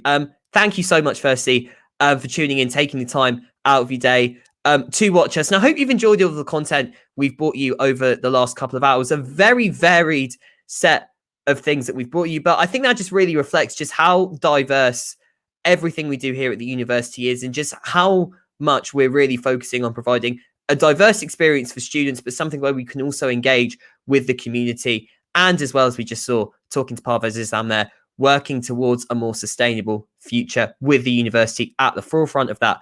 In terms of our donations, as we said, we are still at £20,001. We have broken the £20,000 barrier, which is greatly appreciated. So thank you so much to everyone who has been donating. Please do keep those donations coming, though. Every donation that you make contributes to the wider student experience, contributes to some of the community projects, and contributes to everything that you have seen this morning. Of course, a lot for us as well to talk about, because it's not just about the donations, but maybe you want a bit of competition as well. Maybe you want a bit for our alumni, a little bit of old pride. What about your halls? A little bit of hall wars, perhaps. But we can tell you, if we were to have a hall wars as to who was donating the most at the moment, Roots and Westwood are leading the way at this moment in time in terms of donations. But there is a close three-way fight between Whitefields, Arthurvik, and Tossell for third place. But of course, that doesn't mean any of the other halls can come back and steal the momentum. So if you want your halls to be at the top of the donation stream, then give us a little bit of a donation and you can be contributing to your halls, getting a bit of pride there. In terms of departments as well, if you're feeling a bit of pride for your faculty, for your department, the arts are currently at the top, followed closely by classics, history, and languages. Again, if your department is there, you want to keep it at the top, or you want to get your department at the top, then make sure you donate as well. So if you want that competitive element, then that is the way to do it. But whatever the case, all of your donations will be much appreciated to contribute to all the fantastic things that this university does for its students and the wider community. That's it now for this live stream, but there's plenty more still to come. We have, of course, as the reigning University Challenge champions, there is nothing better, nothing more appropriate for us to do than a quiz. Well, we have the quiz being hosted at 6 o'clock tonight here across Facebook and YouTube, as we have been doing so far. My head of music here at Raw, Harry Law, will be taking over that stream tonight. So make sure you tune in. It's going to be a fantastic live stream. Share it amongst your friends. Share it as well. Make sure you donate using the Giving Day website, where you can get the links to that across our social media. But until then, thank you very much for tuning in this morning. I've been Cam Hall, head of news at Raw 12:51 a.m., taking you through this morning's live stream. I hope you've enjoyed it, and I hope that you will be tuning in to watch us here at the quiz tonight and donating as part of Warwick Giving Day. But until then, thanks very much for watching.